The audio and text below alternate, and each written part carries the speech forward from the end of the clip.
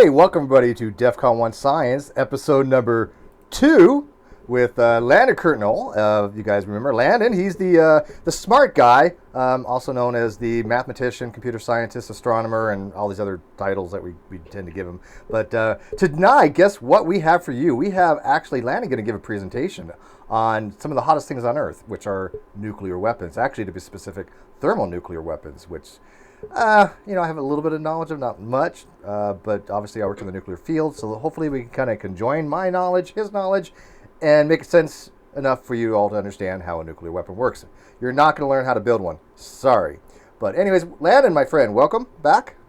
Well, thank you, and good morning, good afternoon, or good evening, depending upon your time zone and latitude. Good morning, from your friendly secular astronomer. And if it's a flat Earth, then it doesn't matter. We're all in the same time zone, right? So exactly.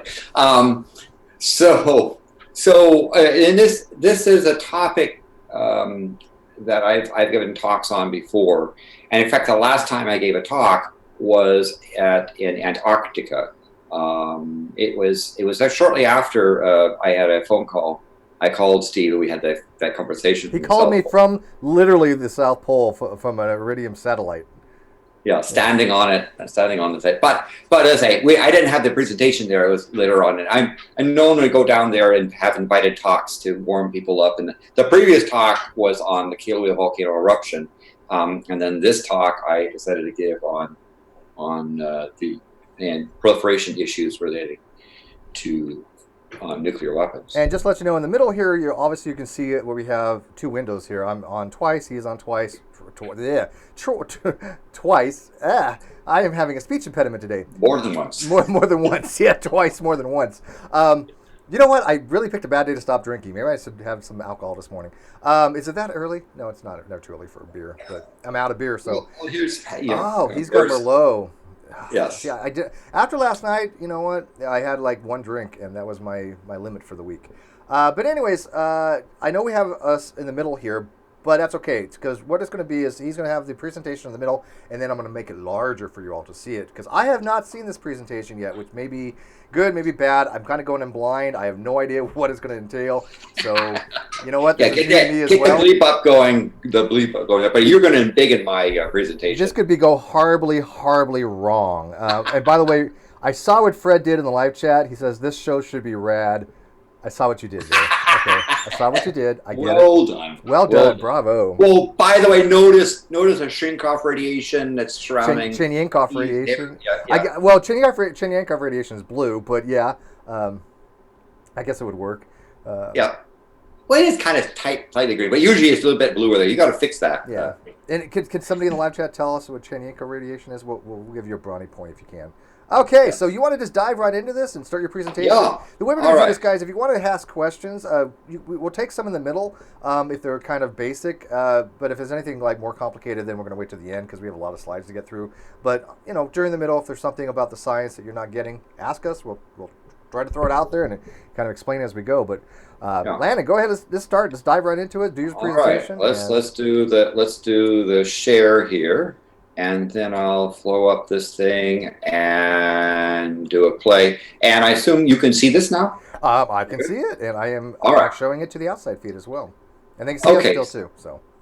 So here we are, some of the hottest things on Earth's nuclear weapons. And we're going to be focusing on issues regarding anti-proliferation of atomic and thermonuclear weapons. And this is actually would be part of a much larger course if you were doing it perhaps even potentially a graduate school course, but we're going to try to condense it down to a short period of time, so it's just sort of skimming over the major parts of this.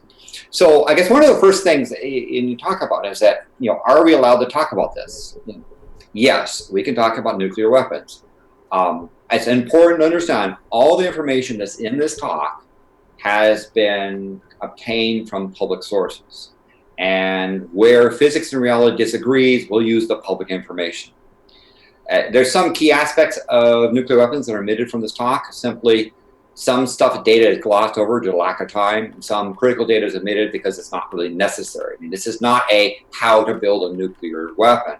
This is what are nuclear weapons, so that we can talk about how they're made at a national level, and issues about non-proliferation.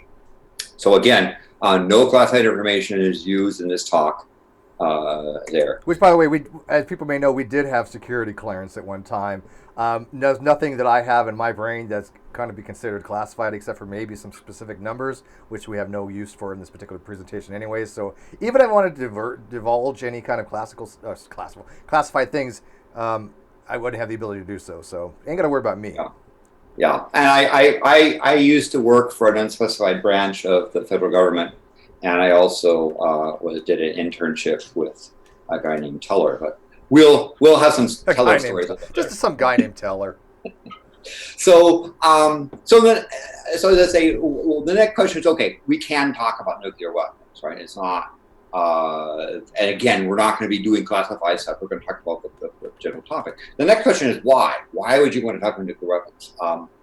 One of the things I think in particular is that because nuclear weapons use in your lifetime is probable, right?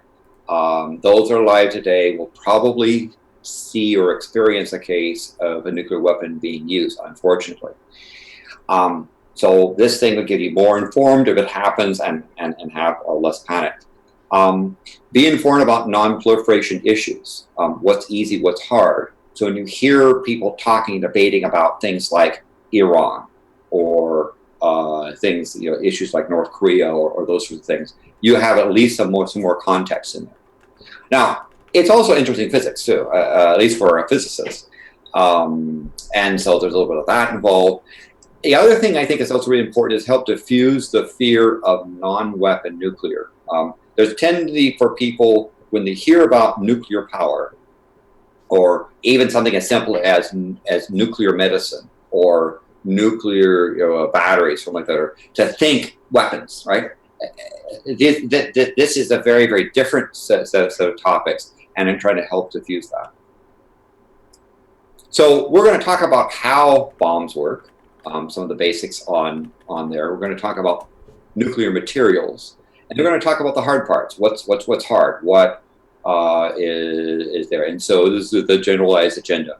And by the way, for those that are listening, my habit in slides is I put pictures up that sometimes are vaguely related to the topic. So if you get bored with listening to me, you can figure out, why there's a fish there in the agenda basket. Looks more like a dead cat. It is actually a fish. Oh, I can see a fish now. And it was a photograph taken in Anchorage, Alaska. So atoms. First, we have to talk about atoms. Atoms. Generally, you see these sort of pictures here. Can you see the cursor, by the way? Is that?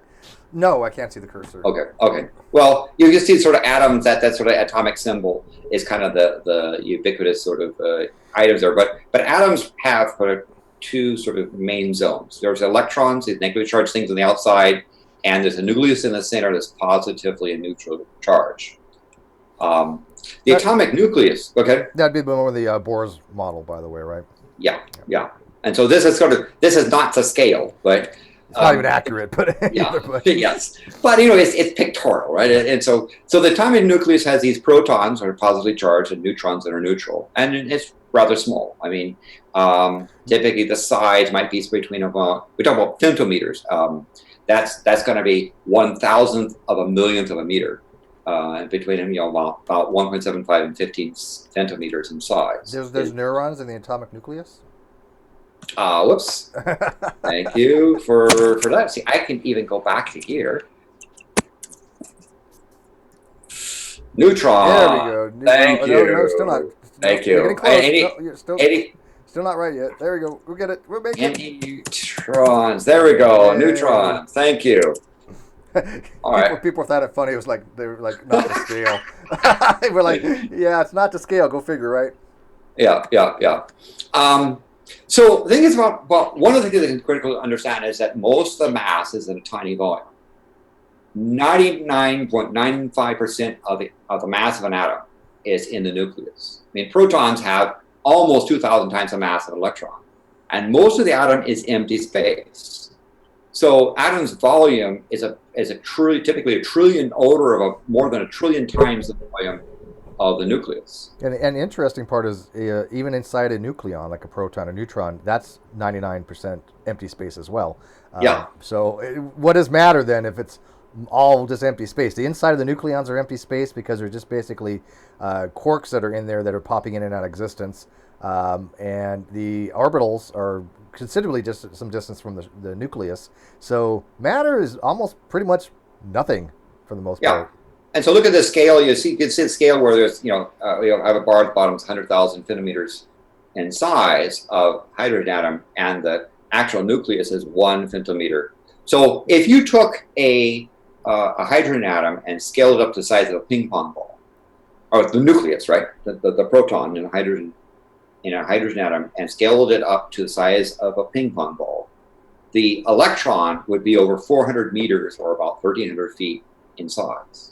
Right, that gives you just an idea about just how much nothing there is within the nucleus. And remember, 99.9% of the in an atom is mostly nothing, and that 99.95% or more of the mass is in that little tiny small section. Now, another thing to understand is that while you have the periodic table and you talk about chemical properties, you have things called isotopes. They're the same type of element, but they have different number of neutrons in their nucleus, and those change the nuclear properties as well as the mass of the atom in question. And in nuclears of isotopes become quite critical. They're essentially not of relatively little interest in classical chemistry, but in nuclear processes they're actually quite critical. There are a few interesting isotopes for nuclear weapons. You have typically two, and there's certainly others, but most of the time you're dealing with two types of uranium, 235, 238, plutonium, 239. There's three types of hydrogen, 1, 2, and 3. Beryllium, helium, and lithium come into play typically as well. And there's other ones that show up, but mostly that's what the interesting isotopes for nuclear weapons.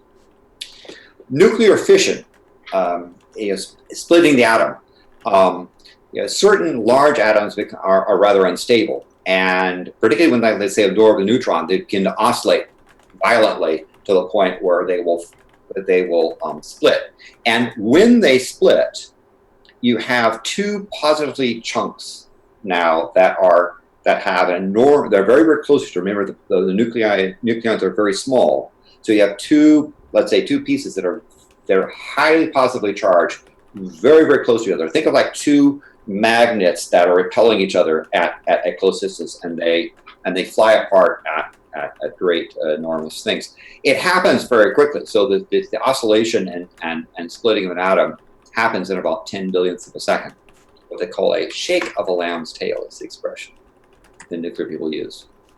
And typically splitting, like for example, U-235, when it absorbs a neutron, turns into U-236, which is unstable, and within 10 millionths of a second, it splits usually into two chunks, few times into three chunks. Usually when the two chunk things, they're kind of in a 2 to 3 ratio.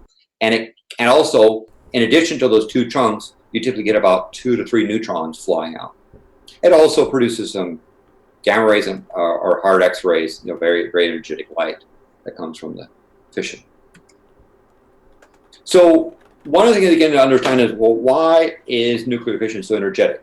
Why are nuclear bombs so energetic? Why are nuclear power plants such a dense energy source relative to chemical? Well, again, the two pieces that typically when an atom splits are positively charged at very, very close proximity to each other, and so they will fly apart at enormous velocities.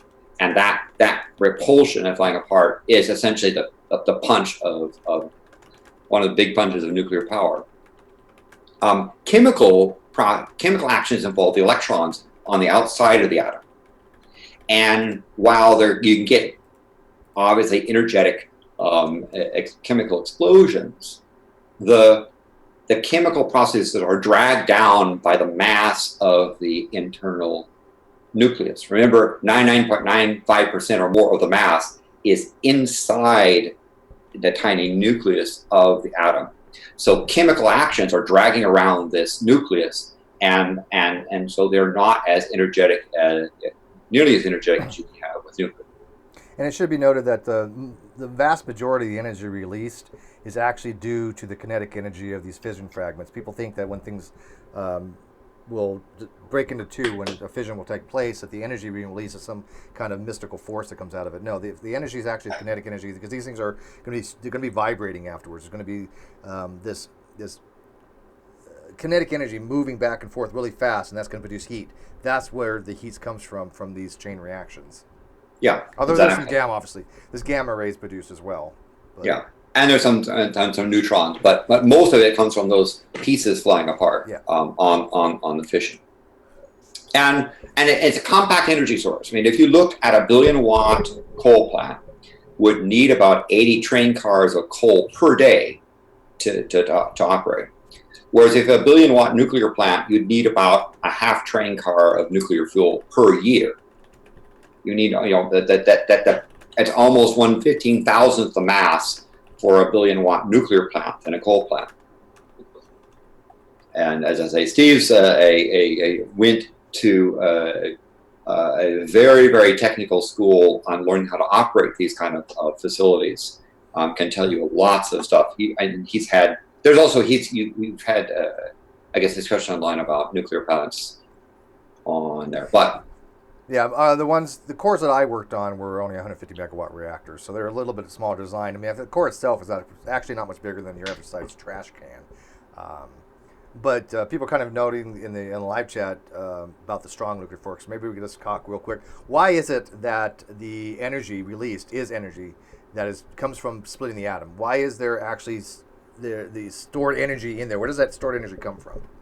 I mean, certainly there is a strong nuclear for the binding force, because one of the things, why doesn't a nucleus fly apart? And things, for example, in things like helium atom, got 2 protons and 2 neutrons in close proximity to each other. It's the strong nuclear force that keeps those together. Yeah, the strong nuclear force is the force that holds the nucleon together itself. The strong nuclear force is the gluons holding the quarks together.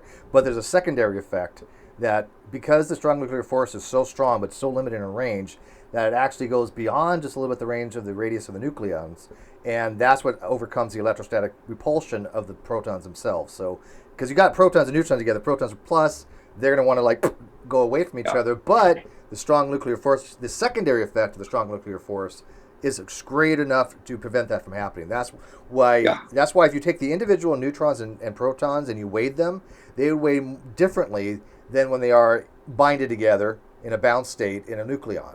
Because there's binding energy there. That's that binding energy. Yes, exactly. And the old E equals MC squared. The energy of that binding energy has effectively an equivalent mass.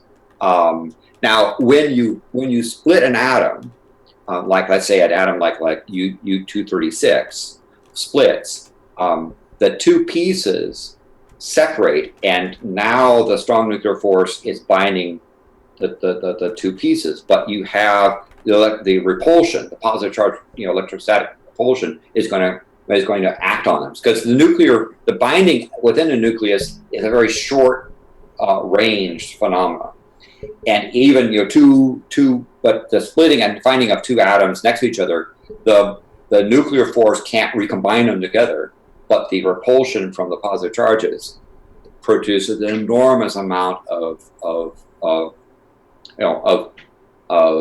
energy from the kinetic kick that they give. Much like you have 2 magnets that are close to each other, repelling each other.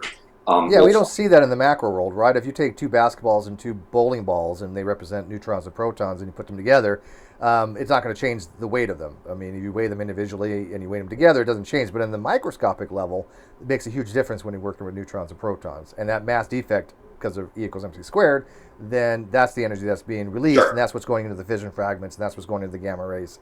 And the 2.3 neutrons or 2.4 neutrons are going to be released afterwards. That's going to have energy as well. So all that total energy, that's where it comes from, is that mass defect. Yeah. But in the case of splitting the atom, like uranium, most of the energy you can harvest comes from essentially the repulsion of the 2 fragments. So some of it comes from the neutrons being kicked out. Some of it comes from the gamma rays being that come out of it, but most of it is that kinetic kick. Now there's chain reactions, because one of the things I mentioned is that when U-235 absorbs a neutron, becomes U-236, within 10 billionth of a second, it splits, let's say, typically in something like, let's say, krypton and barium. Typically the two pieces will fly apart kinetically, but it also will send out between 2 to 3 neutrons. Those 2 to 3 neutrons, if you have the right conditions, are capable of finding other U-235 atoms, which will absorb that neutron, and they'll split again and again and again. So this condition of splitting creates what we call a chain reaction. Now you need a lot of chain reactions to get a significant amount of energy. I mean, while it's 200, what they call it, 200 million electron volts of energy, that's essentially the equivalent of potential energy of 200 million, volt potential across there. You need about 31 billion reactions for a joule. That is, you want 1 watt for 1 second. You're going to need 31 billion splits to get that.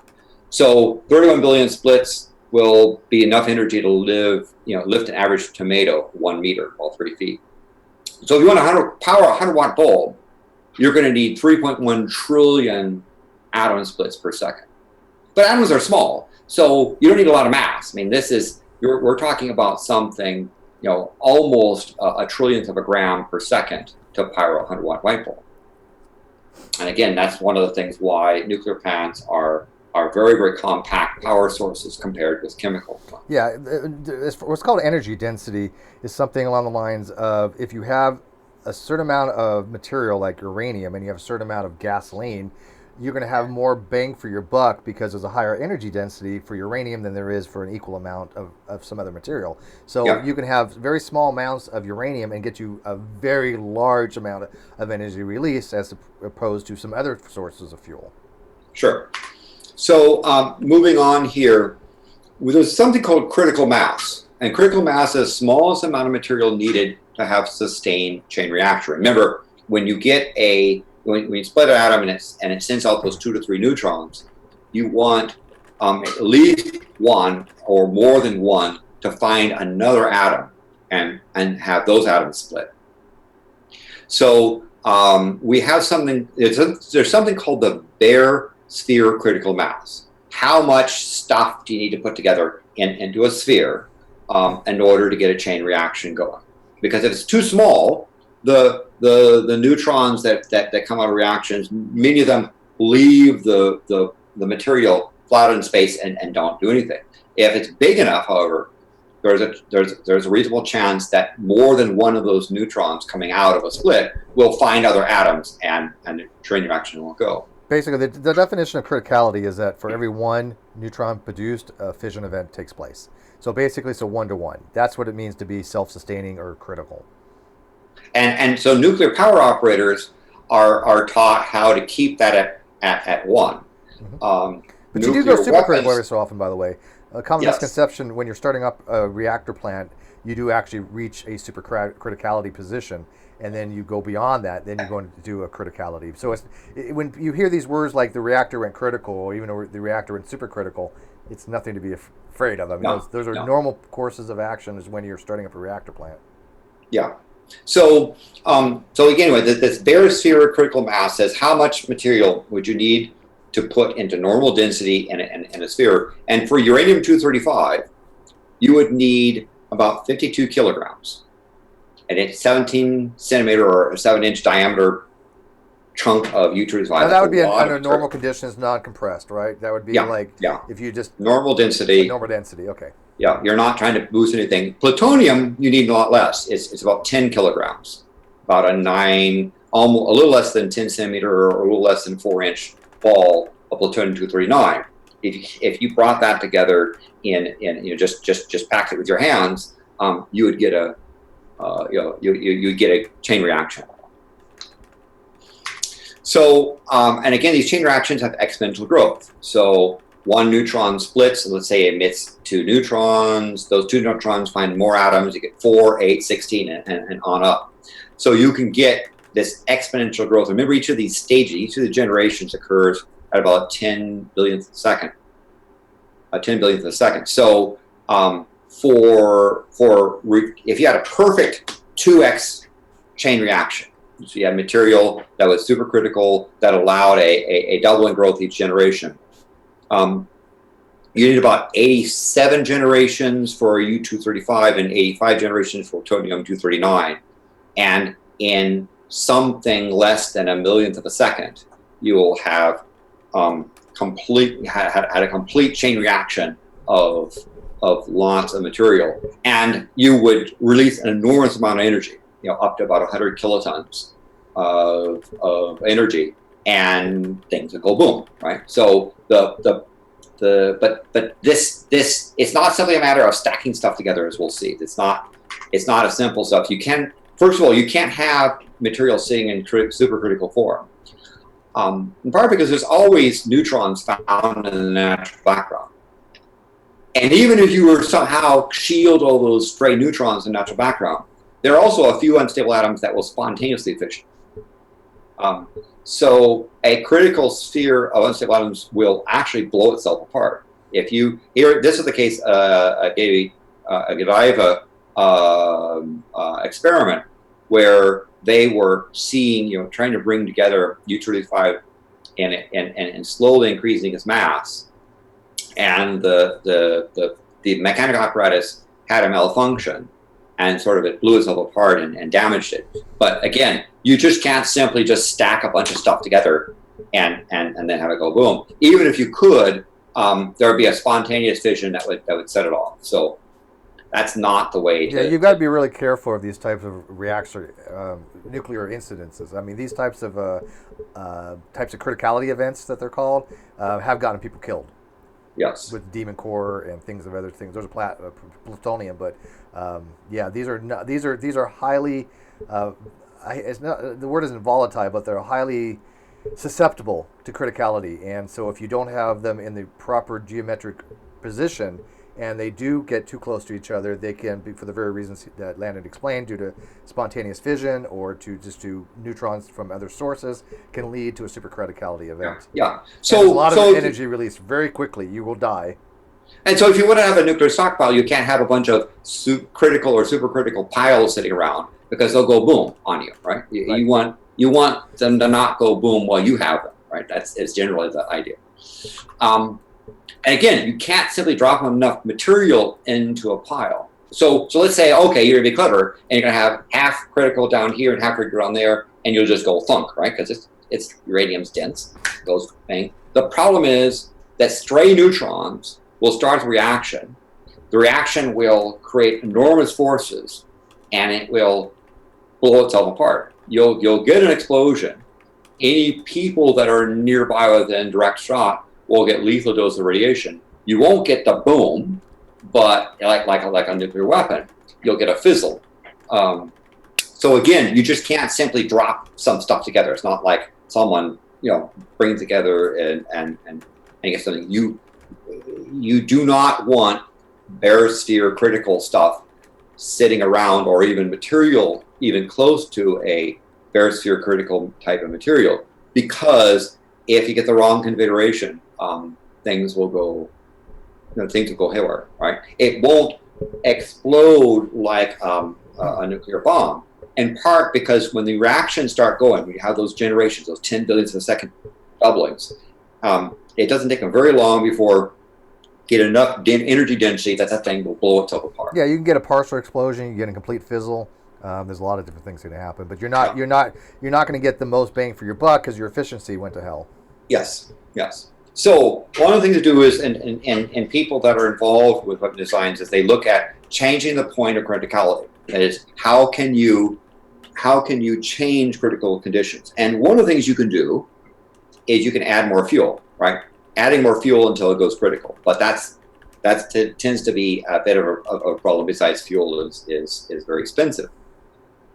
You can change the shape of it. So when you see pictures, let's say of U-235 or plutonium, you won't see spheres typically. You'll see maybe flat pancakes. Why? Because the reactions, if they're stray neutrons and stray splitting, most of the neutrons that come out of that split will go to either side and not hit a critical atom. So one way you can change the criticality of stuff is to round it, change it more in shape. Another thing you can also do is cool it. Hot fuel is less reactive than cold fuel. So cooling is another method.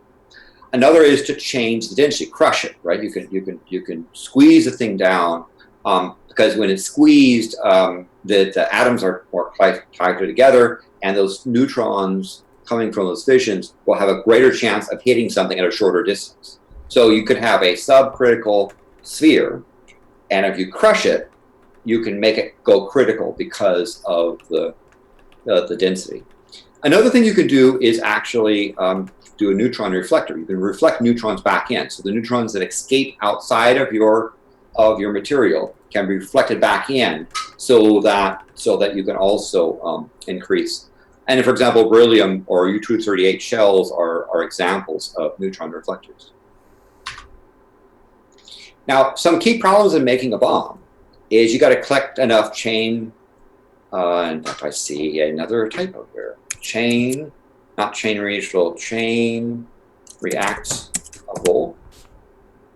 Reactable. There we go. Yeah, and it should be noted that all the things that he said when it comes to the helping of the maintain a supercriticality state or uncontrollable exponential chain reaction, all those things are incorporated. Compression, reflection, these all are things that go into making a actual nuclear weapon. Yeah. Also, when you're talking about a power plant, all right? Same thing for a nuclear power plant as well. The distribution of material. You don't want to like implode the reactor core. No, but you in fact build reactor cores so it can't do that, right? Well, yeah, it's physically impossible. The fuel itself in the reactor core is actually going to be in pellets, or it's going to be in these round spherical things that have a niobium coating around them. They're very small, but they're just not in any kind of geometric shape that you can ever get that kind of uncontrollable criticality from that alone. Now, you can have a reactor obviously go supercritical, but it's not going to blow up like a bomb. It's going to heat up really fast. Yeah. It's going to cause a flashover of the pressurized water, and that's going to blow up the pressurizer, even the vessel. But that's a steam explosion, not a nuclear one. Yeah, and again, it's no secret. You can't take a nuclear sub, hit it with a torpedo, and have it chain reaction go boom. It's not like a powder keg where you have an old ship with a bunch of gunpowder and you throw a hot shot into it and the whole ship goes boom, right? A nuclear powered submarine, neither the nuclear power generator nor the weapons are in form that will go boom unless very special things are done to them.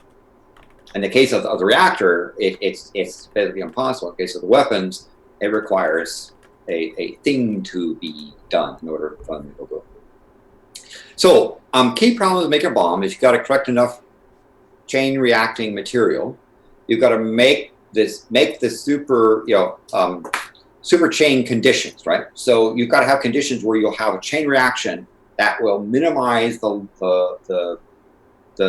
loss of neutrons. You've got to keep it together long enough, between about 0.85 microseconds or more, and you got to keep it together in extreme conditions for those final few reaction checks. Remember, most of the energy on a bomb comes from the last couple of generations, right? The last generation gives you half of its energy. The second last generation gives you a quarter of energy. Third reaction gives you an eighth of energy. So you have, 7/8 of energy come from the last 3/10 billionths of a second.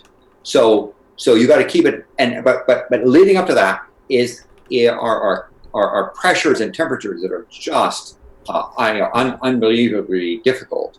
So you've got to keep it long enough, and you got to hold it for those last few 10 billionths of a second in order to get any kind of yield. And those last 2 billion seconds, you have material under enormous temperature and pressure. It's not an easy thing. So it's not just a matter of putting a stick of dynamite together and lighting a fuse. One of the problems is that chain reactions blows us all apart. So if you go and bring two subcritical pieces together, before they even get close to each other, again, spontaneous fission will cause reactions start to occur. You'll get supercritical events near the surface, the two surfaces. They will become, you get an enormous amount of energy in there, and they'll basically blow the two pieces apart. And again, you'll get a fissile. So you need to be able to create critical mass conditions quickly enough, and they need to sustain for long enough in order to get any kind of yield other than fissile. So the basic design, one of the simple designs of an atomic bomb, the simplest type is called the gun type bomb. You basically slam two critical chunks together, right? You have an explosive charge that takes two subcritical pieces and slam them together and hold them together. Enough momentum helps make them supercritical. You surround them with a tamper so that it'll reflect neutrons back in and make it go critical. In fact, the very first gun type bomb, was the very first nuclear bomb that was designed was a gun type bomb. Now they're highly inefficient, right? So the typical, the first one this was the Batman that was dropped on Hiroshima, and you can see the dimensions over there. It was highly inefficient, but it used U-235, and by the way, you build a plutonium gun type bomb. Plutonium chain reacts too fast, and it would fly apart much faster. So you need highly enriched uranium, and you need a lot of it. The thing that is important to understand, we're talking about nuclear proliferation, is you do not need weapons-grade uranium in order to make a bomb with any kind of yield. Even Hiroshima bomb that was probably 15% efficient still had a major amount of destructive force. The type of enrichment that was done for the Hiroshima bomb was about 79% enriched uranium. Right? This is not considered weapons grade. I thought it was 80. I thought it was 80, but not, I wanted 1%, but isn't it 80? It's actually 79. It's actually a little bit under 79. But part of the thing is that we've learned more about what are the maximum yields in recent years by both. Yeah, you don't need, like you pointed out, you don't need that kind of enrichment for commercial use. Yes. So this is well beyond commercial use, but it's less than what's called weapons grade uranium, and that's an important thing to understand. The device was fairly simple.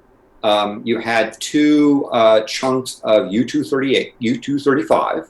That was 79% U-235, and so those are those two red things there, and the orange thing is a powder keg.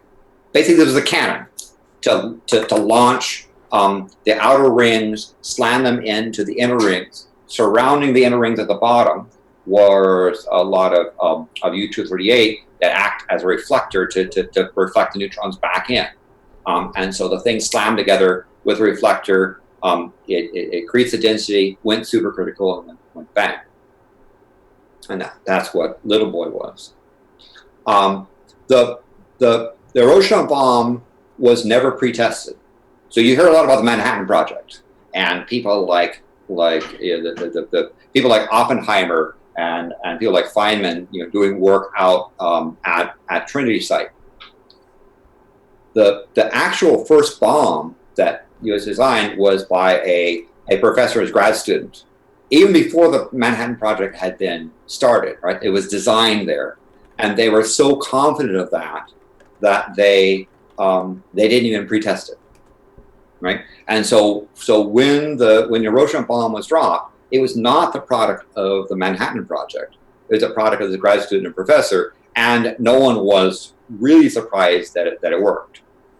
On the other hand, the thing that they were concerned about was whether or not the Trinity experiment could be repeated, and so the thought was, well, U.S. really had ability to do one of these gun type bombs, because again, it took a lot of highly enriched uranium to do this.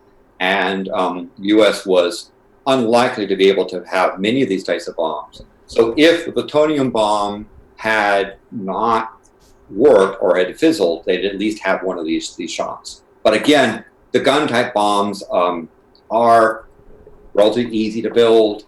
And again, they had so much confidence that they didn't even pretest it. They just dropped it and said, okay, it works. Now, gun-type versus implosion, because we don't use gun-type bombs.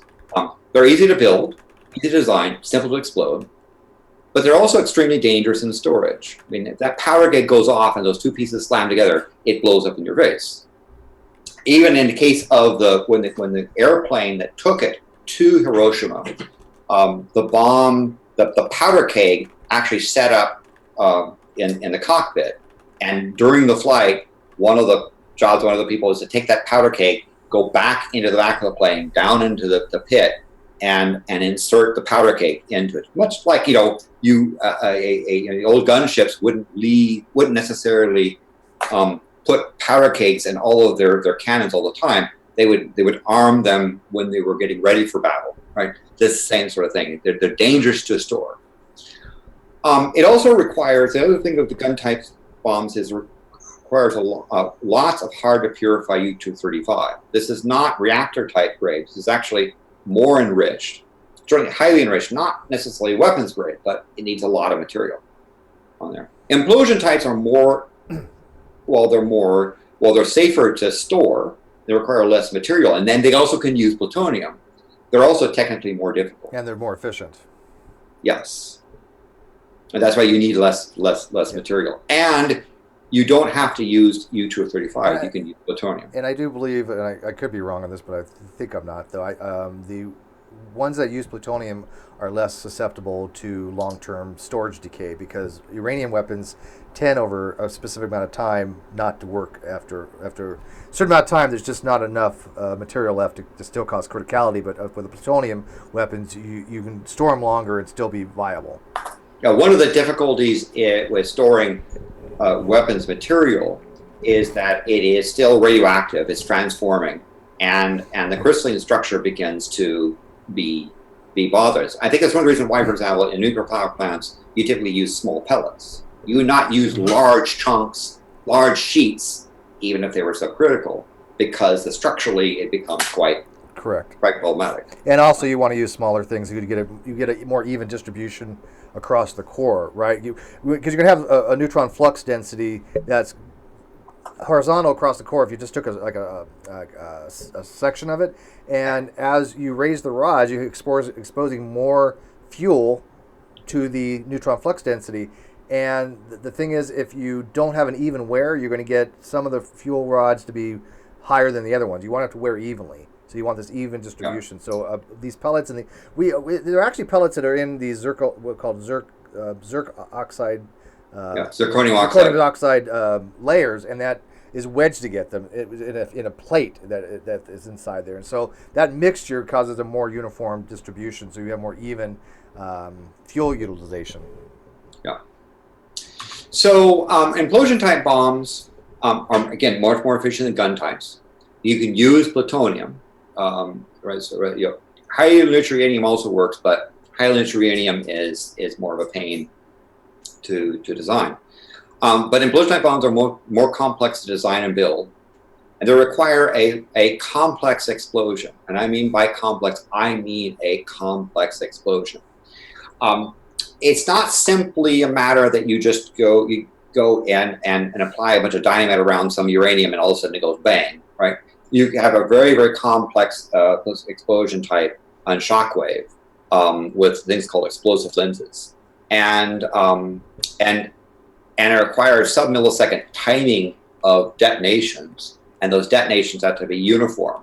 This explosion is not simply pack enough, C4 to have it go boom. It has to be a very precise thing. In fact, some explosions are too rapid. And some explosions are too variable. So explosives are too variable. So you have to have the right type of explosives. You need to have people who really, really know what they're doing. And this is an area where it becomes highly classified. and it is also technically non-trivial. So the first nuclear test, not the first bomb that was dropped in Hiroshima, but the first nuclear test was an implosion-type bomb. Again, because they knew that they could do the Hiroshima-type, gum-type bomb. They knew a high degree of confidence it would work, but they also knew that it was very inefficient and it would require lots of nuclear fuel that would be very difficult to build many of these bombs.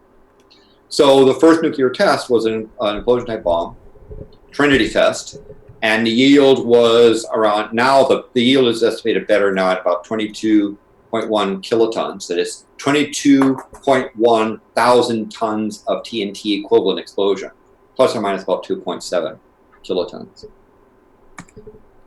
And the way this system works, whoops, go back here, let's go back again. For here is that you have, it required, the Trinity explosion required 6.1 kilograms of plutonium. That's less than, that's not the barosphere, right? It was subcritical amount compared to like 52 kilograms in the gun-type bomb. And so you had only 41% of the barosphere mass. So the Trinity device had only 41% of the material necessary to spontaneously go boom. So what they did was to have this sphere of explosives. They had fast and slow explosives with a lens that created a shockwave, a very uniform shockwave, which crushed the material down into the center before it then reacted, went critical, and went boom. Yeah, I like this diagram because it actually shows the pressure wave that's actually doing the compressing in the middle from the actual explosion itself. And so you're trying to squeeze this core in a very uniform, precise way, and you're trying to do it with you're not trying to blow the hell out of the thing, you're trying to squeeze it and hold it. And that's a very different thing than just saying blow it up, right? And yet, this was only about 22% efficient. But again, somewhere about, only about 20% of the material underwent fission. The other 80% of plutonium was just scattered. It still needed sub-millisecond timing detonation, which for the 40s was a very difficult thing to do. And for today, it's still a difficult thing to do if you do not have so that the timing is difficult. And the other thing to remember is those explosives that are all around that sphere have to be very uniform. You can't have one a little bit more charged and the other that punches through, otherwise it squirts out the other side. You got to have a very, very uniform explosion, very, very uniform shockwave, and it is difficult. So since the Trinity, that's the Los Alamos device that was tested, and then the subsequent device that was dropped, the second nuclear bomb that was dropped on Nagasaki was plutonium device, a number of advancements have occurred. One of the things is that they've come up with much more elaborate types of dual speed explosives of fast and slow. So the typical thing is you have fast explosives that will build a shockwave that will then detonate slow explosives that will hammer the inside. And the second thing that's done is called the levitated pit, that there's a gap, that you don't put the explosions right up next to the critical material, you have a gap. Now you think about, it's called the hammer effect, right? If you're going to take a hammer, if you place the hammer at the head of a nail and push hard, you'll get the hammer into the wood. But instead, to be more effective, you take the hammer back and you get some momentum and you strike it, right? You want that build of that momentum before you get the impact. The same thing they found, the levitated pit around the nuclear material is actually quite critical, pun intended, for giving you more effect. So one of the things they found is, again, the last chain stages gives you most of the power. And so the ability to hold in and reflect in those last few 10 billionths of a second is critical to boost the yield from the 20% up towards close to 100%. So an example they use is aluminum and beryllium pusher around a 238 tamper. So uranium-238, nice and dense material. Aluminum beryllium will reflect neutrons, and U-238 around it will give you some minimum momentum for a hammer. So it's different between a tiny hammer and a giant, a giant sledge. But again, you have a pit, you have the elevated pit, you have an air gap, you have this really dense uranium-238 big giant hammer, and underneath it you have aluminum beryllium that's going to reflect the neutrons back in to make them more efficient. So this tamper pusher is one of the things that's been, they've improved over the training types design. Another thing is inside. Inside, typically, one of the things that they started doing was using polonium beryllium neutron emitter. Sure, you could wait for, when you squeeze this thing, you could wait for a spontaneous fission or stray neutron to start your reaction. But they found that they could seed it on the inside where you have beryllium being exposed to an alpha decay process. So polonium emits alpha particles. If an alpha particle strikes beryllium, it splits into 2 helium atoms plus 2 neutrons. So this beryllium polonium mix is a nice neutron emitter, right? And in fact, if you were to be fool enough to buy some polonium and put it next to beryllium, you'd all of a sudden start to get a shower of neutrons coming out, because it's a fairly effective and produces fast neutrons. Now, those fast neutrons are not necessarily the type of thing you want to boost the weapon. I'll talk about how those use, but those emitters, there's stuff you can do to take those fast neutrons, either slow them down or do something else to increase the yield. But we're talking now about ability to have inside the core, inside the bottom of it, a neutron emitter. So now what you really have is a shell, right? You have an air gap between your uranium sledgehammer with the beryllium aluminum reflector hitting the shell, which inside at the very center with another pit is this natural sort of neutron emitter. So you get neutrons in the inside so your reaction starts on the inside, not somewhere on the outside, and it can be more efficient. And it might be noted that most of North Korea's weapons are probably, I would suspect, a boosted type of weapon like this rather than a true full-on fusion weapon, because they say that they have fusion capability now, nuclear weapons that are based on fusion. But it's probably we'll talk about that to see about what they might have done. But yes, the first types were actually relatively simple things, and polonium beryllium is a really simple thing. Now there is an advanced technology called neutron guns. There are, as you say, electronic devices that use an accelerator that bombarding tritium material metal hydride target that will create neutrons. And these kind of neutron guns can generate neutrons on demand. So you could now have a situation, rather than have this radioactive neutron on the core, which you really don't want it efficiently generating neutrons, you now have this electronic device where you can inject neutrons into the center on demand using things called neutrons. Less chance for accidents probably too that way. Yes. And so modern devices typically have gone from the fuse, right, just like a cannon having the slow match, to a neutron gun for safety purposes. They can also do some other things as well, but it's primarily a safety device. Another improvement over the design is to getting rid of the requirement for spherical shockwaves. The folks, the way they did it in Trinity was the best way they knew how at the time with explosives, but people become much more clever about explosives. And one of the things that they do is to have the timing is hard to achieve, and with lots of explosives, it's hard to control even the speed and explosive force of all those items. So they come up with a linear explosion where you have essentially 2 detonators, where the detonators have on either side. You have a lining that sort of deforms it, and the explosion basically leaks around the outside. You have a pit which is not spherical, but it's been squashed. But the explosion is going to take those 2 plates and squish the the oblong sphere, into your critical shape. So now you only have to have timing of two things, and you can have those two things be, it's relatively easier to get two explosive devices being uniform.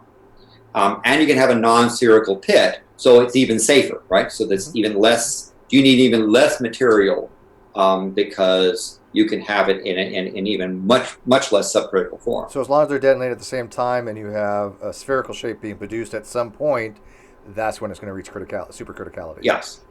And you might guess there's other things involved in this sort of thing. And again, this is where you leave the nuclear devices into classified design about this. But that's one of the things that they do is you will see in modern nuclear weapons, you'll see less of the shell type stuff you saw at Trinity. And even this hollow 2-point thing has been with a hammer effect. You need a smaller tamper, so you don't need an additional pusher like you have with the Trinity type devices. This, by the way, is a leaked was a diagram leaked by the Swedish nuclears of Sweden. Step right up to and then pulled back on detonating a thermonuclear bomb. But Sweden decided not to. Well, not to join the nuclear club and essentially dismantle the program. Unfortunately, they did such a good job of dismantling it and turning it off that they packed stuff away in documents, and then someone cleaning out some files essentially threw stuff out in the trash, and people found it, and some of the stuff actually ended up in the Soviet Union. The Soviets learned some unfortunate secrets that boosted their capabilities. This is one of those diagrams that was leaked. Did you ever hear about that truck driver that literally designed and built? It wasn't a functional one, but a nuclear weapon, and he was just a truck driver, but he knew enough about it to actually get how a nuclear bomb would work, and it built one. Although it wouldn't actually work because of he didn't have the material, but the theory was correct. A truck driver. Yeah. And that sort of thing. That sort of thing is that this material, some of the stuff of how to do it, is known, but the ability to do it is on the other hand very difficult to do, right? So you can have the concept and the model of a device, but actually making the material and successfully testing is a much more difficult thing. Unfortunately, we have to come to this man, A.Q. Khan. This man is a son of a bitch. He's alive today in Pakistan. And he black marketed centrifuge technology, black marketed a number of other technologies that we won't talk about that allowed countries like, in addition to Pakistan, Libya, Iran, North Korea, Iraq, etc., to begin to develop nuclear weapons. I mean, this, and sadly, it's the most likely scenario of a nuclear weapon being used in your lifetime will be as a result of this man. And this man, that sadly, the deaths of the people will probably be because of this person. He's an evil son of a bitch who has made the world far, far, far, far, far more dangerous. Yeah, matter of fact, the way that uranium is enriched, that process is just as classified as some of the nuclear weapon stuff, because they don't want these countries to be able to have the technology to get the centrifuges to enrich it to weapon grades specifications. So that technology is classified as well. Yeah. So unfortunately, this person had access to some very critical information. Not only did he help Pakistan develop their nuclear weapon, but he then turned around and enriched himself on the side and gave some very, very, very critical information about it. Now, we know that this guy did it, in part because of Muammar Gaddafi. Muammar Gaddafi, Libya, decided at some point hey, he decided that going nuclear and having nuclear weapons was not what he wanted to do, and that he could get back, quote unquote, into the graces of some of the Western nations by essentially dismantling his nuclear program. And so Gaddafi turned over to International Atomic Energy Commission his stuff, right? And in his stuff included notes from this guy with his fingerprints and his DNA all over it. I mean, they caught him red-handed. Now, he's under house arrest, unquote, unquote, living a very wealthy life in Pakistan. But again, I want you to remember this guy's name, because when the bomb goes off and you hear the horror stories, you're very likely to lay the deaths at the feet of this evil son of a bitch. Okay, now let's look at one of the consequences. One of the consequences was Kim Jong-un, right? They sold his stuff, right? And now they know, because at that point, eventually the other countries leaned on Pakistan to arrest this guy, and while the president commuted his death sentence, they know a lot more about what he did. And one of them was to give this design to North Korea. So how did North Korea, and so North Korea started with a late 1940 technology. We know where it came from. We know the test yield. You look at this device here, this sphere, and this is a Trinity style device, right? And you have, in fact, there's a lot of details there. You see the background, the missile that, quote unquote, Mike delivered, although this particular thing was too heavy for that missile to do. You even see the on the side next to Kim Jong-un, that little portal, and that's the portal for a neutron gun, and a number of other devices. I'm not sure whether the North Koreans understood how much information, but just based on these couple of pictures and also the shockwaves of their yields, we know a great deal about, we know where his technology came from, and we know the design, we know the yield, we know a lot about what's inside there, even if the North Koreans So we can actually analyze the type of explosion, the waves that are produced, the PES waves and things of that nature, yes, those types of things. And shape this stuff. Right. We also can look at the isotopes that come out of it, and we also know the technology that Khan sold them to in order to get that. There's been kind of like a signature, right? A fingerprint. Yes, yes, signature or a fingerprint or a style, right? There's also been cases where you might have heard a couple of times where all of a sudden, there's this, North Korean ship that's surrounded by, let's say, someone's navy, and North Korea gets all huffy and they surround the ship, and essentially the ship decides, this nice fishing trawler decides to go back to North Korea, right? Some of those ships may have been containing stuff that we don't want them to do, because one of the worries is not just maybe North Korea is not insane enough to drop a bomb on somebody, maybe, that's debatable. But they might be insane enough to sell it to somebody else who is suicidal to do this sort of thing, right? Yeah, that's the dangerous thing, right? I mean, information is dangerous, because if this technology is in the wrong hands, there are people out there that may not care, and it just because again, in the talk, there's been there's been some stuff that's glossed over. People like Khan did is it actually enabled them to build this device, and that device could be put into a fishing trawler, brought into a harbor, and tragedy can occur. You don't need to have a long-range nuclear missile to cause it to occur. On the other hand, we know the style of stuff, and should there be an explosion, we can look at the fallout and actually even identify the reactor for which the stuff came from. This has been explained to the North Koreans. Presumably it's by the Chinese, who said, if we detect that there's a bomb in some other spot that comes from your reactor, you guys are toast. I mean, it's been explained to North Korea. They're held responsible. Yes, they're being held responsible. Anyway, so he started with, this is his first device, and again, they didn't, I guess, I don't know if they realized or they did realize how much information they gave away, but we knew what was going on here. They have gone since the 1950s technology for lighter and more efficient devices that we've seen pictures of.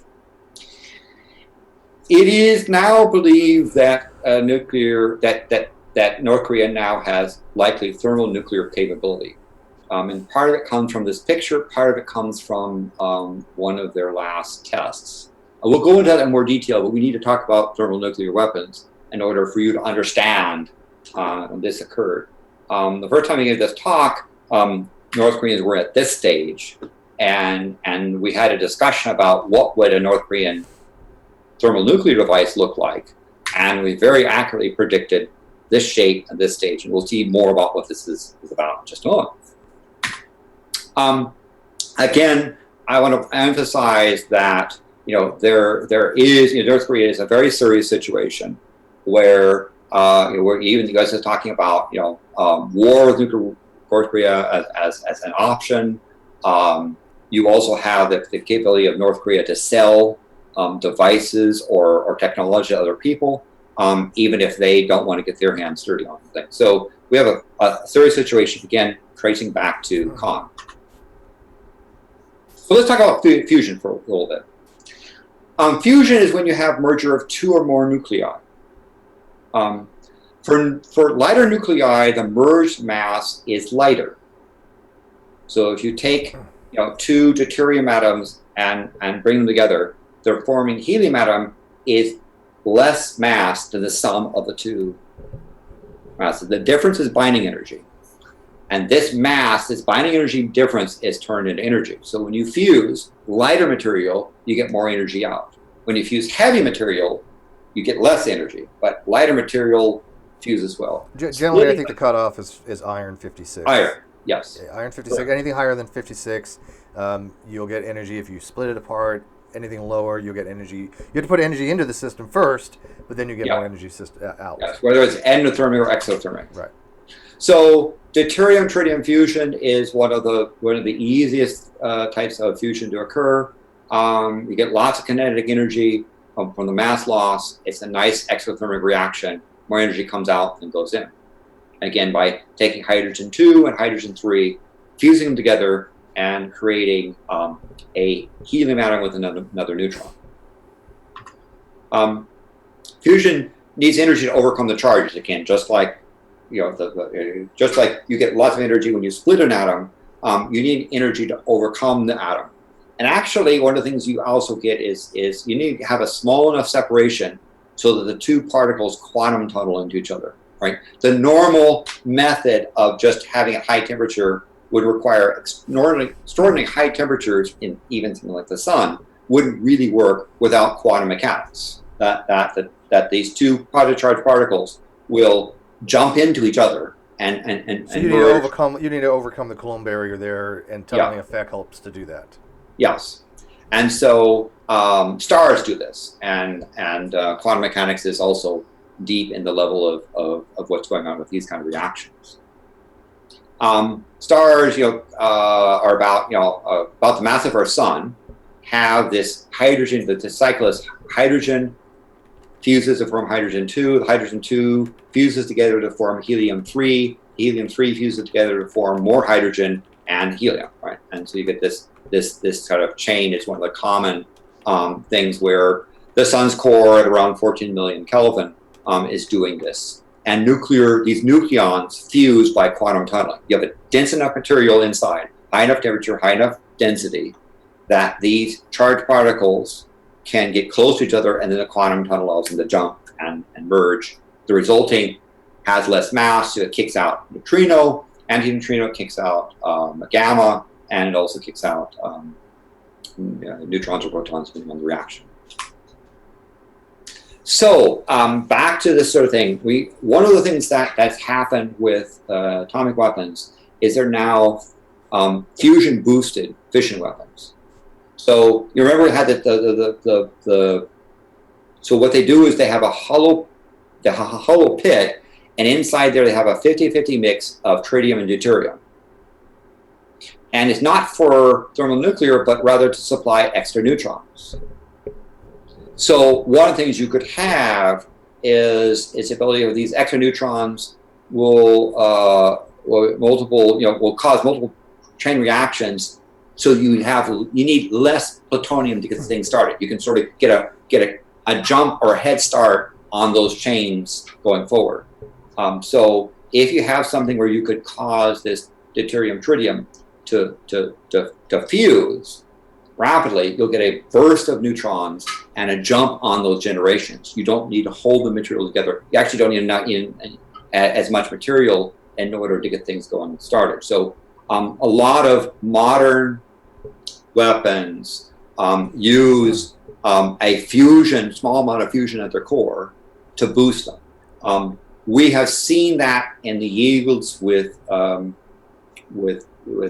North Korea has done, and so in watching the North Korean events, the things that we've seen disturbingly are the boosting of efficiency from just getting it to go bang to getting it to go bang with efficiency. Why? Because either North Korea can build more bombs with less material, or they can more easily launch them on rockets to do nasty things. But we also can see the signature that say, yes, this is not merely a quote uranium plutonium weapon. This is a boosted weapon, and we can tell that by the yields. Yeah, and it should also note that it probably will make up for losses of neutrons. Neutrons can escape. They can have various things that happen to them. They have leakage, which is what it's called, or resin escape probability, depending on what you're talking about. But the extra neutrons here help replace those neutrons that are lost. Correct? Yes. And so again, you have around there, So now see that red ring is your plutonium-239 ring. That's your material that can go critical with a beryllium camp around the outside edge. You have shotgun exposure with a hammer effect, and you have deuterium tritium in the center that's going to give you a burst of neutrons to get the reaction going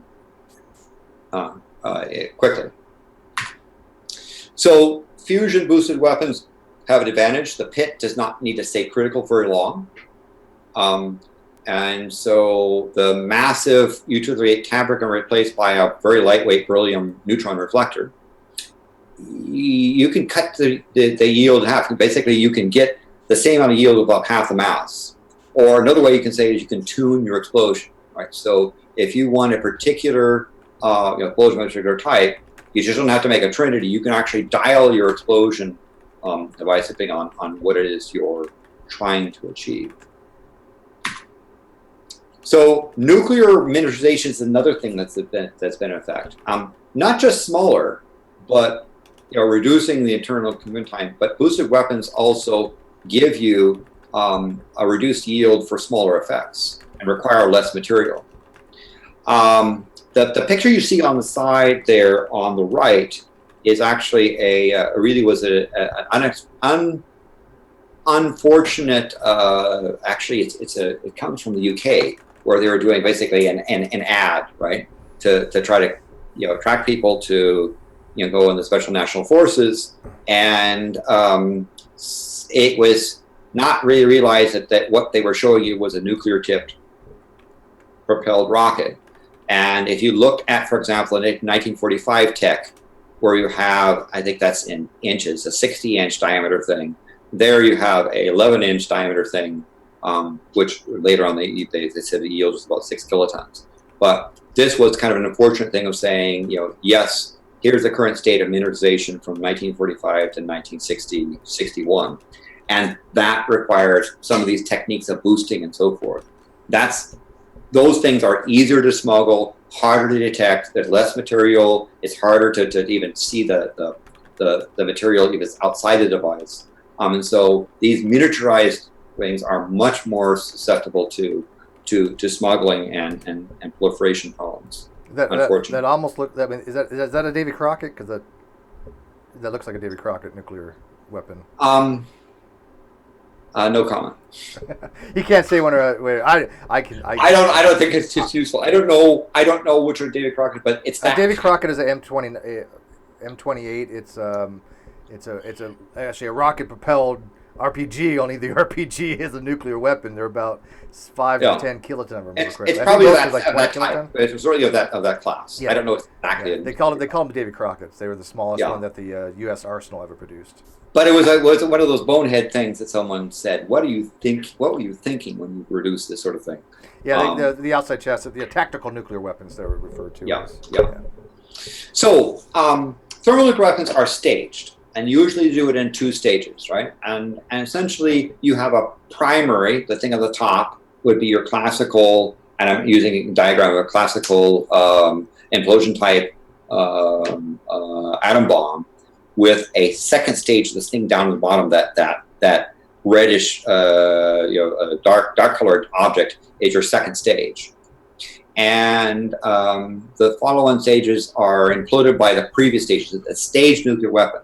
You can go more stages. You can go up to 3 stages or more. In fact, the Soviet Union tested a 3-stage device that was in the 50 to 100 megaton range, and there isn't really a practical limit to the number of stages. It's just insane beyond 2 stages. Well, the Tsar bomb, is that a 3-stage? Yeah. That was very likely a 3-stage thing. The Soviet Union didn't really admit it, and Russia sort of said, claimed that they were the only ones that do a 3-stage device, and 3 stages are going to be more yield. So people say the Tsar bomb was the 3-stage device. Is the logic there?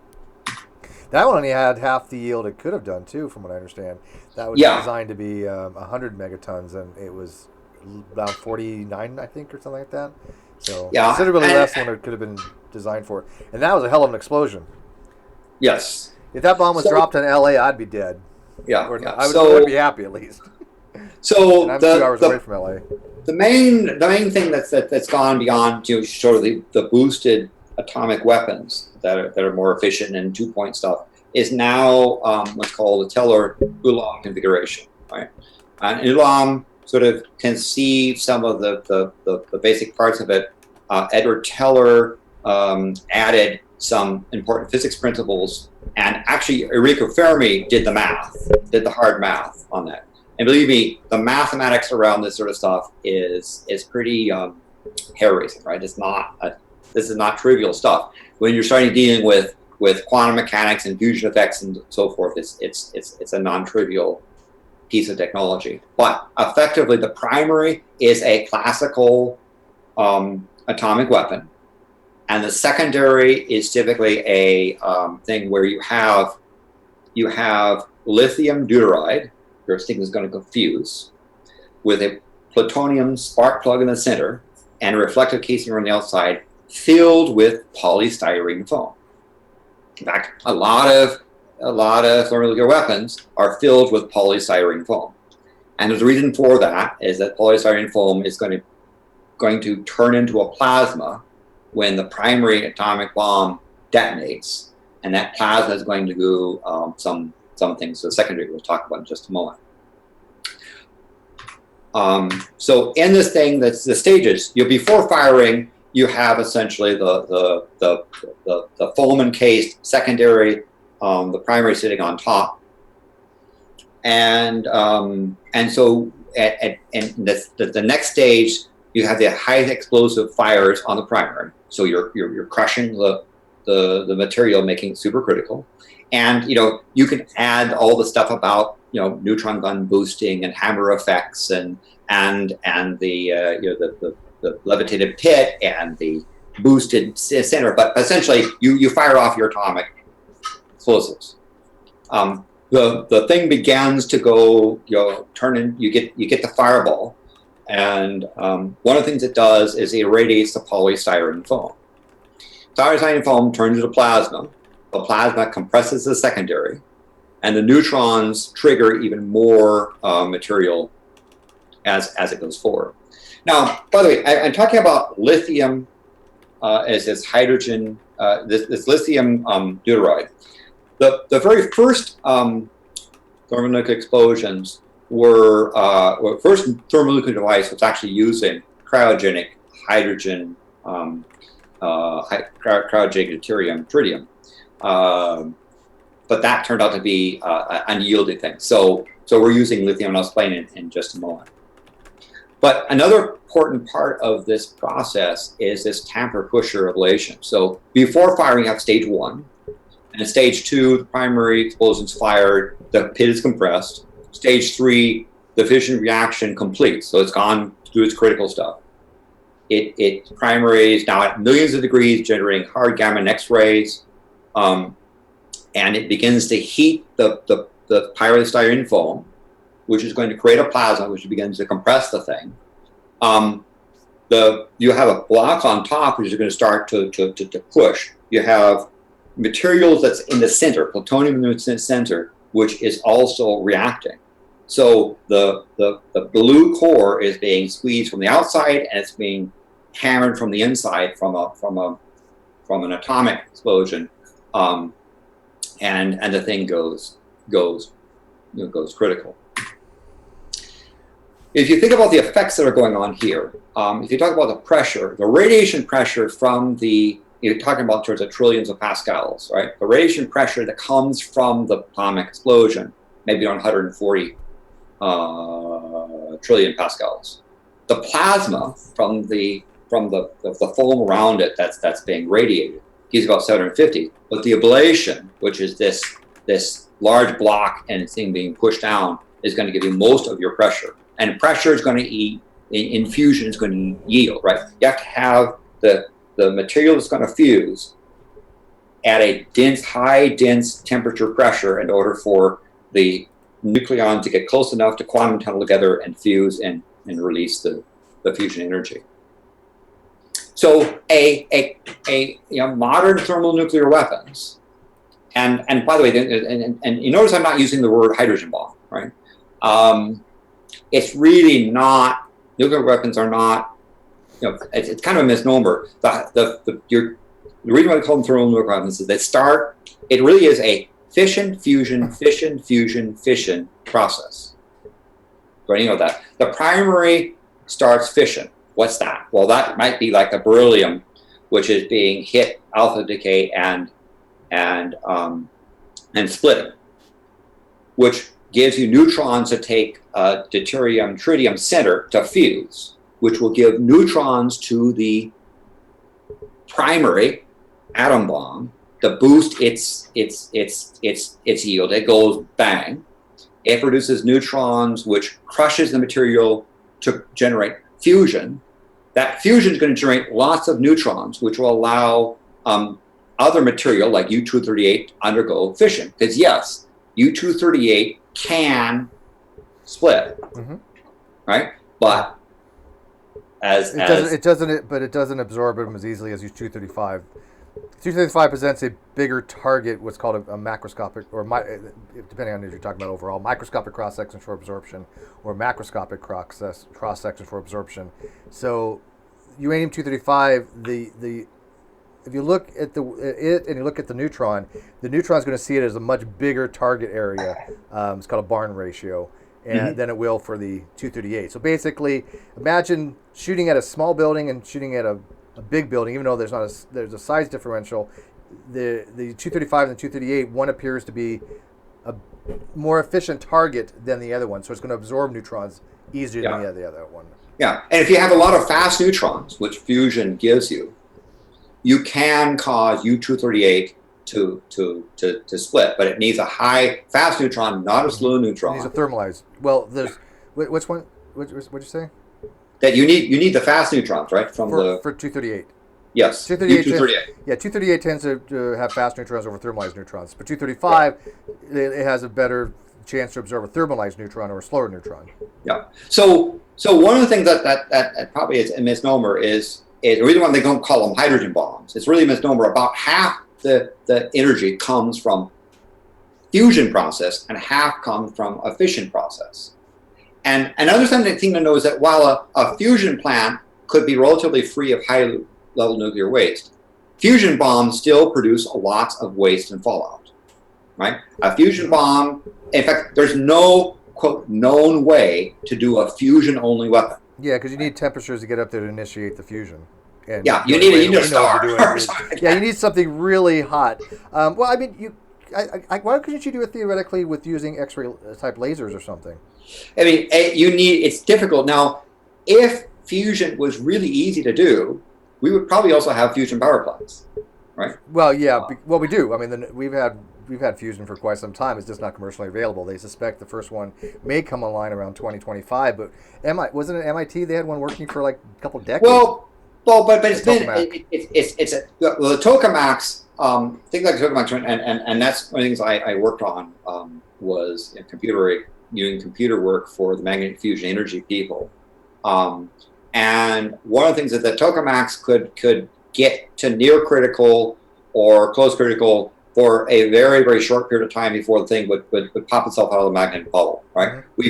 We don't have to date a fusion reactor device that can achieve even a break-even energy at this point. We are now getting to the point where we have fusion devices that actually begin to fuse, right? So that's happening, but we don't have a fusion power plant. So I guess if I were to use Steve your terms, we've gotten it to flash critical, but then it goes subcritical. Yeah, the reason it doesn't stay at criticality, you have two things going on. One, I think the ones you're talking about, they still use what's called a Z-pinch technique, if I'm not mistaken, that will constrict the magnetic field such that you have a very small, high energy, high temperature conditions that initiate fusion. But once that happens, you kind of break down the magnetic field, and it just, as you said, spurts out, and it just causes the whole thing to shut down. Because you have in order to have a true fusion reaction where you have a higher output than input, you need to have that magnetic field sustained, and that's very difficult to do because of the fact that once you hit fusion, that magnetic field is no longer stable. The math for the magnetic fields and fusion things is extraordinarily difficult. It is just. Yeah, it is very, very difficult. Yeah, so, it's all tensor mathematics. I mean, it's tensor fields. They threw me at that problems for a while. It was a very, very, very difficult thing just to get our head around it. So, but what I'm saying is that if we were able to build, if it was easy to build, trivial to build fusion power plants, we'd probably know a lot more and might have the technology to build fusion-only weapons, but today there's no known way to do fusion. I think they might have the. You know what? I mean, I would go on a limb and say they if they really had to build one, they probably could have, but it wouldn't be efficient because it would be massive. Yeah, it'd be really massive to do, and it'd be complex and so forth. Yeah. So modern thermonuclear weapons are a fission, like beryllium split, to boost fusion, deuterium tritium center, to generate neutrons to fission the critical core of the atomic weapon that's being crushed, to generate neutrons to create ablation and radiation pressure to do fusion, which will generate fast neutrons to do fission.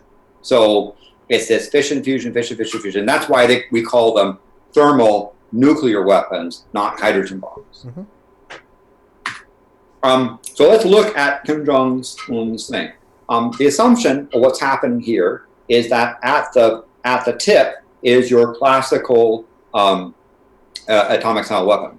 Now, one of the things that we note is this thing is considerably smaller than the first device that they had. And in fact, we've been seeing pictures of them; they're getting smaller and smaller, which means that they're able to get either better yields or use less material, which is again a worrying prospect. And that thing on the other side, the thing that's sort of in the center, is considered the second stage of the Tellur device. And so that's assuming that what we see inside there is the materials necessary to undergo thermonuclear fusion. Now, it's believed that some of the first device and that they detonated that was above 100 kilotons is likely was a very inefficient thermonuclear detonation. So there are some things that they're not getting right or not getting very efficient.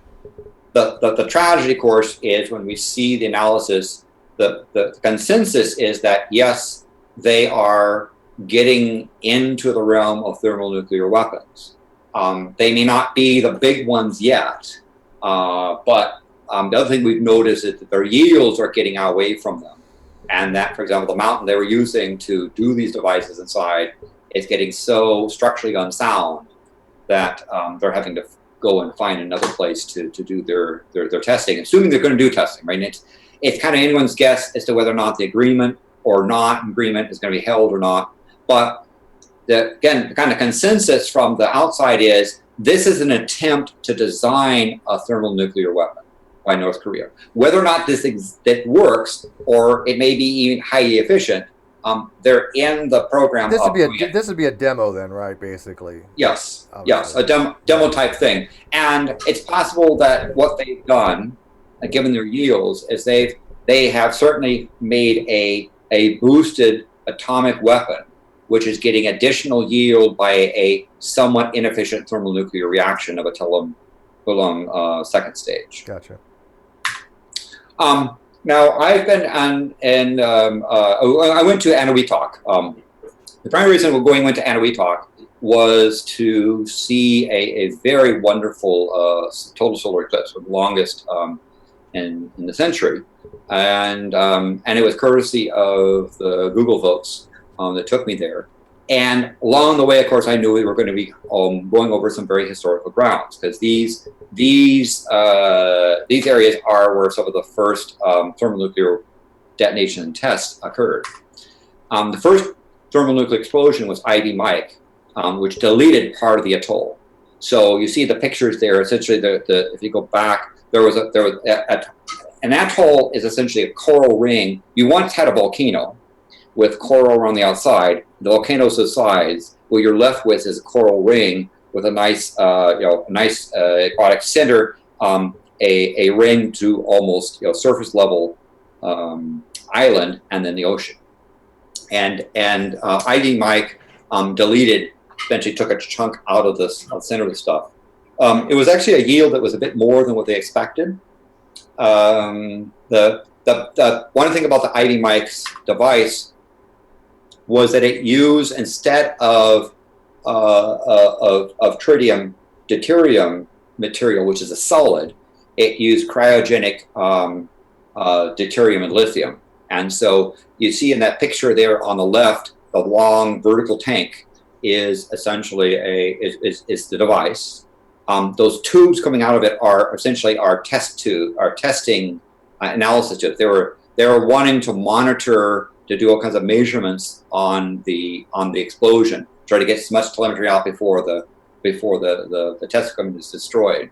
So most of that material you saw there is explosion analysis material. You see on the top right the island that basically got deleted. So that hole there is that island that was taken out of the chain. There are other chains there as well. There are other nuclear explosions.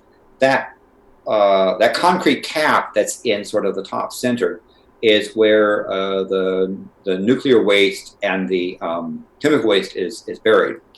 Actually, it turns out most of the damage that was done to the coral reefs were done by DDT and other things. When the Navy left, or they were the last people there that left this island after the nuclear tests, there were rats that were left behind, and the rats basically multiplied like crazy. The guy that I talked to about that went back there, the biologist, said that the rats were so thick that essentially everywhere you stepped on a rat's carcass, right? That the rats had basically completely defoliated the place. The only reason why there's actually are plants left there is that natives, when they were, quote, evacuated from Anahuac to another spot, they took with them their native plants, their native palms and the native plant materials. So when they came back, they brought back those plants. But it took a lot of chemical decontamination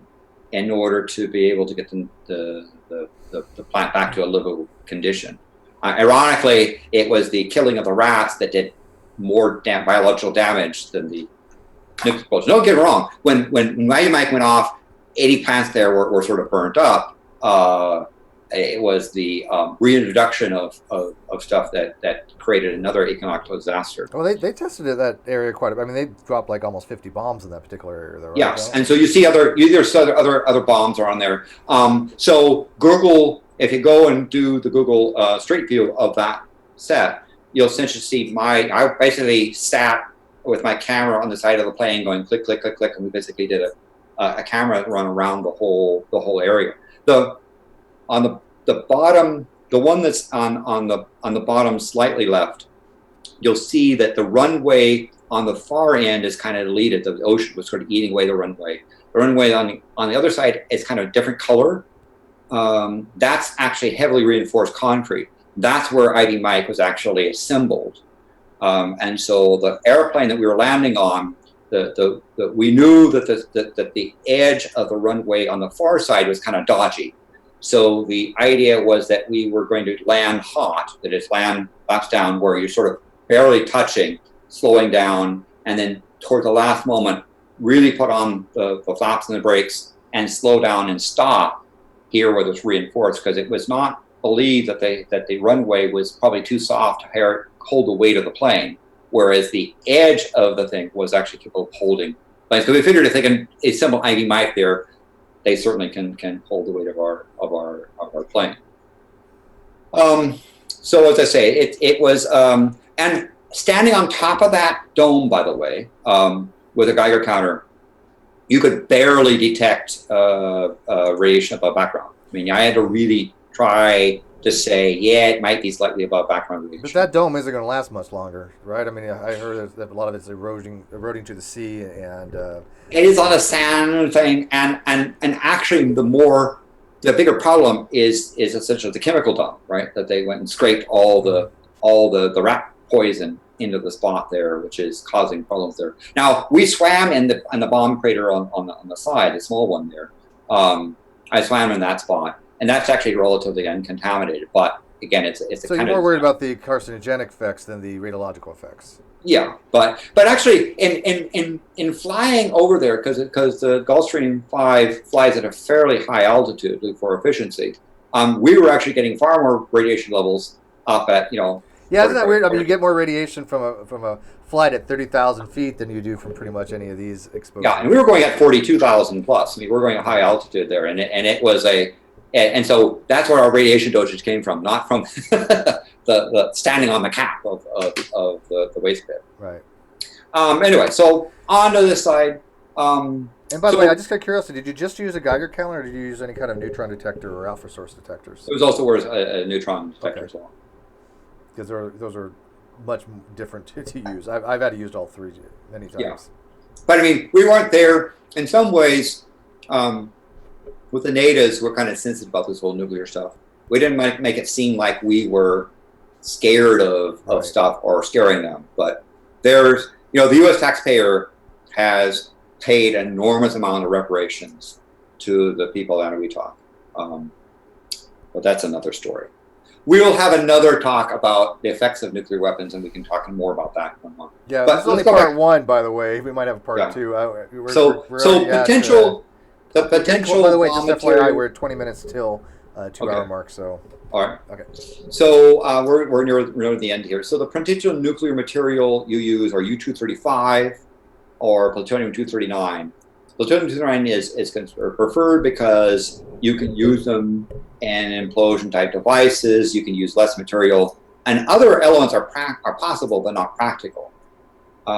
So these are particular isotopes that could be used for bomb stuff. The problem is that they're either short-lived, right? So they would decay away, or they're and short-lived material also is radioactively hot. Remember, you want cold stuff to boost your egos. So while you could get americium there, you either need a lot of material, and it's also way too hot to be able to do anything practical with the device. So it turns out with the stuff that can go fuse, that you can make that sticks around long enough, it really is either U-235 or plutonium-239. There isn't any other practical alternatives. Yeah, Enriching. That's a lot of wattage for Californium, and I didn't think it'd be that 58 watts. Yeah. That's huge. I mean, if you talk about back to the thing, where's my, there we go. Yeah, Yes. I mean the heat, Yeah. Californium 251. I mean, 58 watts per kilogram. Yeah, but that's because you've got a half-life Yeah, the of shorter the half life, you could have more energy released in a smaller period of time. So and also yeah, the type that's of a decay lot. products it has too is another thing that's there. Because the neutron generation, it's not doing neutron stuff; it's doing other things that are going to be much more effective in heating. So enrichment, we talk about natural uranium is only about 0.72% of U-235. Is that the accepted numbers? Yeah, somewhere in that ballpark. Yeah, I guess it depends on which fuel you're using. Yeah, But reactor stuff is typically, I think, between about 3 and 4%. yeah, they're ours was somewhere in that ballpark. Very low compared to what you would find for You can nowhere get as much near as weapons 5, but grade. that's typically the type of thing. Mm-hmm. But highly enriched uranium is 20% or more, and weapons grade is 90 to 95%. Now, understand that weapons grade is making efficient weapons. But remember, the first atomic bomb was only highly enriched. It wasn't weapons grade. Yeah, and I think the highest they've supposedly have achieved is about 97%. Yeah, it's possible. Waste product uranium, where most of the U-235 is removed, is typically less than 0.7%. And there you're using that for things with basically a full mass, like the uranium shells. I wonder if, can anybody in the live chat tell us what they would use depleted uranium slugs like that for? See if anybody can guess that one. So weapons grade designers, you can look at that to see there, prefer weapons grade plutonium at least about 93%, because the plutonium 239 plus a neutron makes plutonium 240, which is a fast fission rate. Actually, it typically has three or more neutrons when it splits. Then uranium 235 is 2 to 3. You can remove the effective isotopes, so you can make can be made from reactor grade plutonium. But again, weapon designers prefer that. It's not necessary because, again, the first bomb was only at 79% enriched. Again, you don't need much plutonium.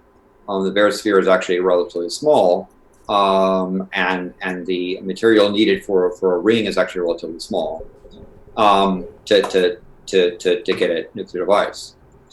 And reactor grade plutonium is actually weapons usable. Is another thing that they're. But you could certainly turn it into weapons material if you want.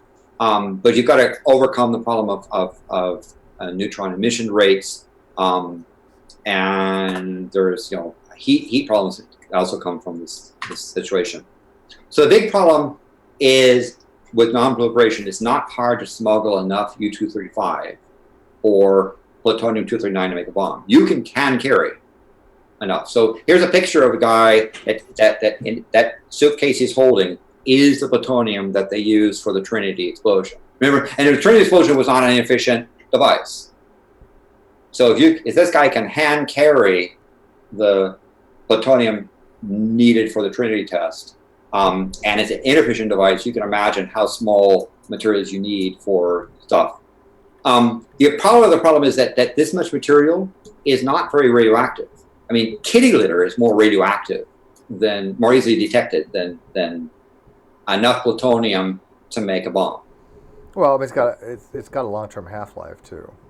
Yeah, so but you can tell the difference between kitty litter. But still, it's not a your standard badge detector in a simple case with plutonium is not going to detect the fact that you carried enough weapons grade with plutonium in a case, in a hand case. And in fact, you look at the critical mass, right? This graph shows you the number of kilograms of uranium. That's that scale from 1 to 500 on one side, and the percentage of enrichment, right? And so you could see that dot out there at 93% has a low yield. But even when you're back to something like 80% enrichment, you're not having that much more material. Even if you're willing to do something that's probably 5 times the amount at 100 kilograms, you only need like 30% enrichment. to create a device that can create lots of havoc.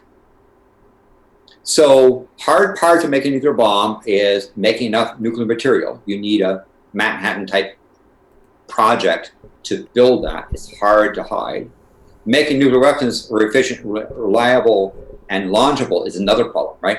It's one thing to have a test, like a Trinity test, and say, yes, we could do it. It's another thing to make it reliable and make it small enough that you could do. Although far harder is for a government to make than a terrorist making sort of a crude bomb. That's one of the risks we run into.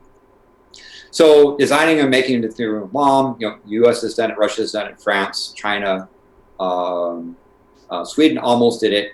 There's questions about whether or not India and Israel have the capability. That's debated, and I'll let you. They don't. Israel has never recognized they even have nuclear weapons, if I'm not mistaken. Yeah, that's why there's a question mark. Not officially. Yes. And we know from Sweden that they don't have it, although they developed the program to do it. So there's no secret to how to do it. I mean, the stuff I've told you in this talk has not disclosed it's not a secret. This is all well-known stuff. Now, what happens if this talk was given in 1945 or something? It'd be a different story. That'd be a different story. But there's lots of significant engineering challenges. So hard parts of making a crude nuclear bomb that, for example, even a terrorist group might have is obtaining enough weapons-grade material, processing the material in an appropriate form, the casting and machining of uranium, plutonium. Uranium is difficult. Plutonium is extremely difficult to work with, right? It's more and more radioactive. It's got all these weird crystalline states. It has all these brittle things, and if you don't do the right stuff, your metallurgy can go to pot. It is not a trivial thing to machine plutonium. So when you talk about creating a little sphere, there's a lot of stuff that goes into how to actually manufacture and make such a thing. And of course, building an explosive reactor in the pit is also very, very difficult. So implosion type weapons, the timing is hard. You have to crush the material, not just blast it. You have to recruit highly trained personnel, raise funds, and sustain an engineering effort over an extended period of time. And it's probably the most technically challenging attack ever tried to make a crude weapon. It's far more difficult to do something like that than the type of attacks, physical attacks that have been done by terrorists.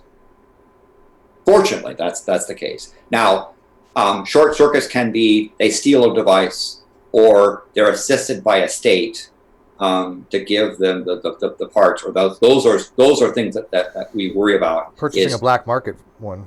Yeah, I mean, when USSR fell, they lost track of a lot of nuclear weapons. Yes, there was a lot of thermonuclear weapons, very effective nuclear weapons that had some accounting problems, and they think they have accounted for nearly all of them. I think is what they would say. Yeah, there's also a couple laying at the bottom of the seabed, but those are probably no longer viable because it's been so long. Yeah. But, yeah. So other key technologies, these things called clitrons, which are things for doing precise detonations. That's stuff you're not going to buy on eBay or learn about. Neutron generators and X-ray flash photography is something you need in order to do testing.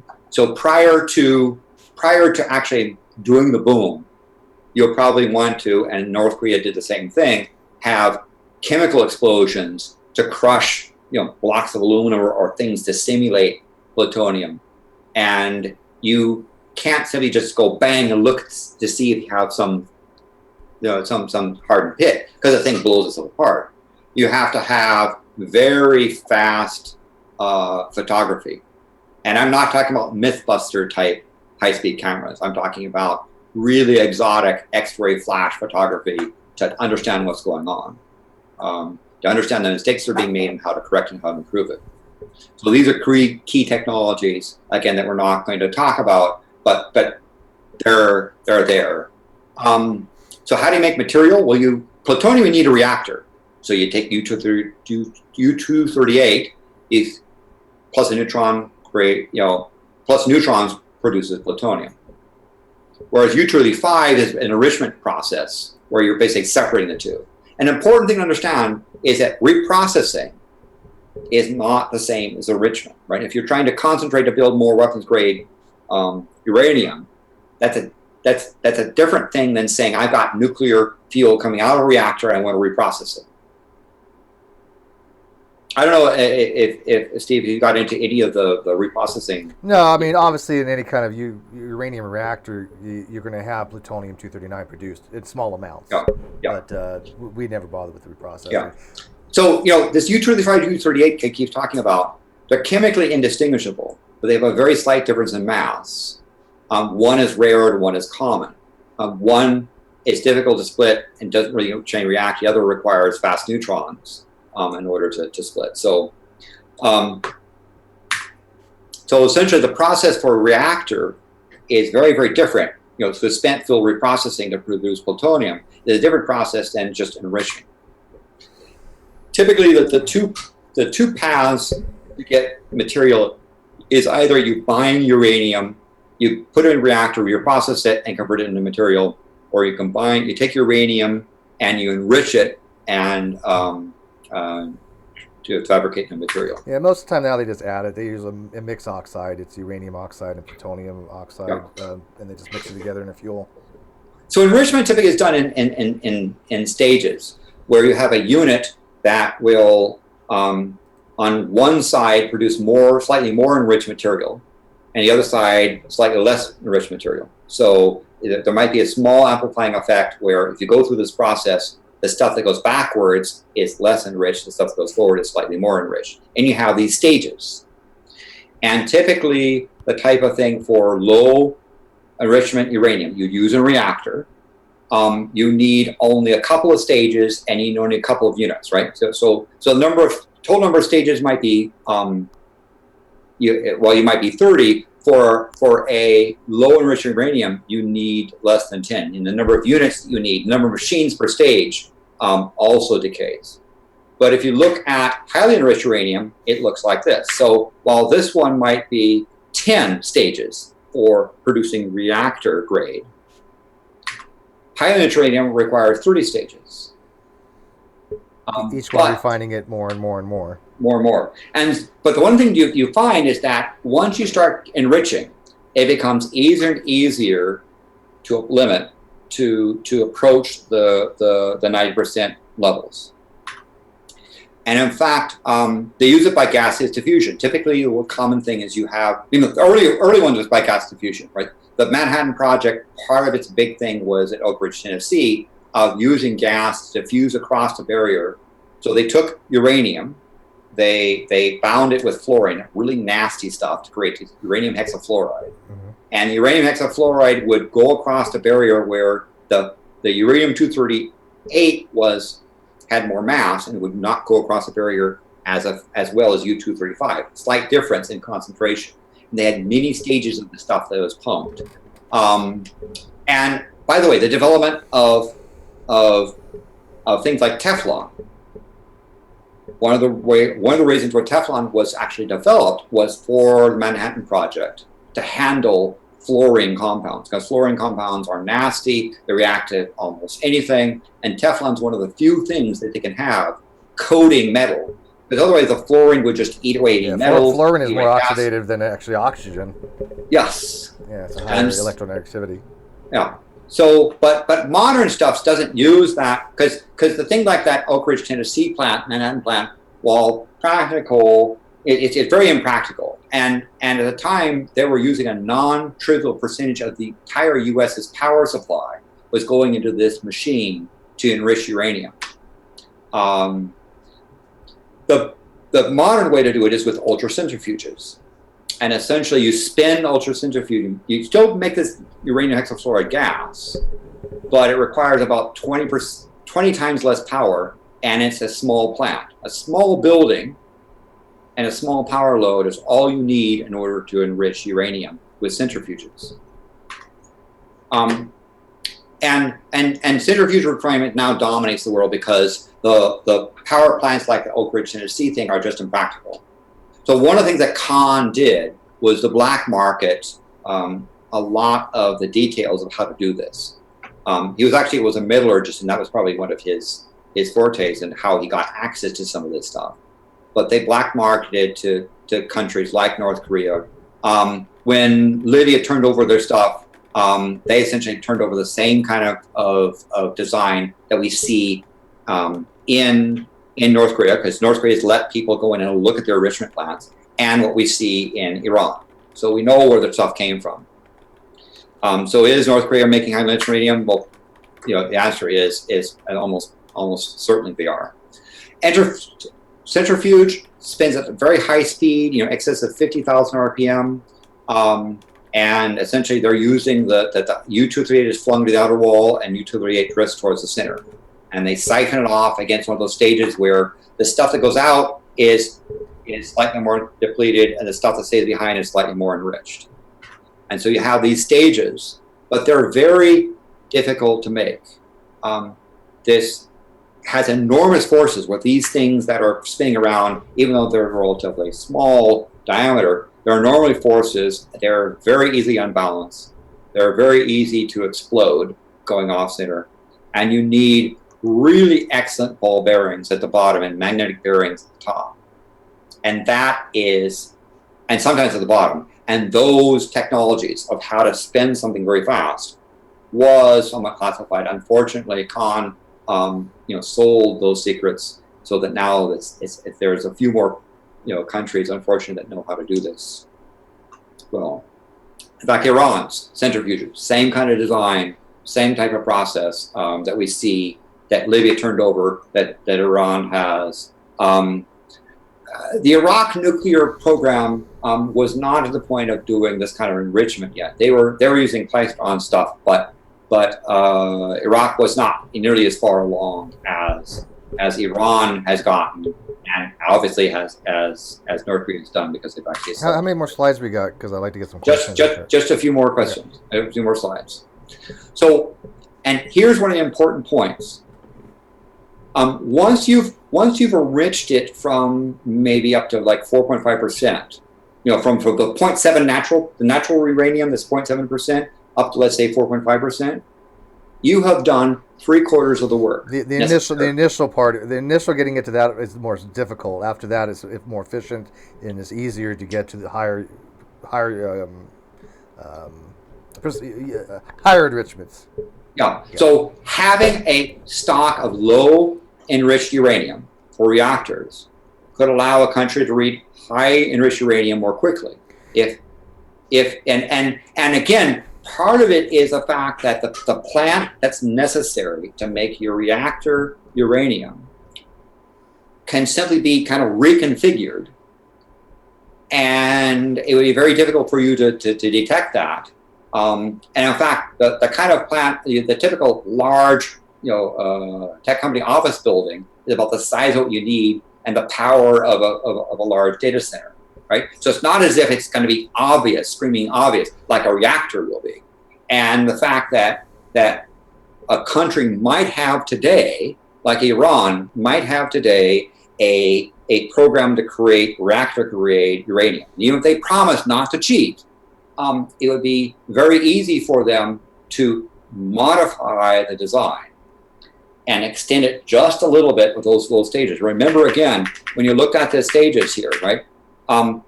There is the 10 stages for low enriched uranium were the number of units, and that's the thing for high enriched uranium. So the point here is that it's very easy if you have the low enrichment process to cheat, and it's very difficult to detect that you've cheated in that process. So, Iran had centrifuges designed for about 20 years, right? So they've been trying for about 20 years to do it, we know. And Kahn gave them basically the technology talk and some other items based on what he sold to Libya. And this particular thing, it was difficult for them. They had to overcome some significant engineering challenges. Certainly Kahn helped them do that, and they had been practicing for about 20 years. So they essentially mastered it. Clearly, the North Koreans also mastered it as well. So it's how difficult it is to make it. Well, United States and UK developed simple but good enough centrifuges in a few years with a few people. They took a while to do it, but Iran has done it. And you can debate whether or not they have only low enriched uranium or they just have essentially a set of spigots. The inspection process has shown that they're not has not detected that they've been building highly enriched uranium. However, the evidence is that they tried or they tested it. And the incendiary plants are easy to hide. Here is, in fact, was North Korea's enrichment plant, that sort of that blue building.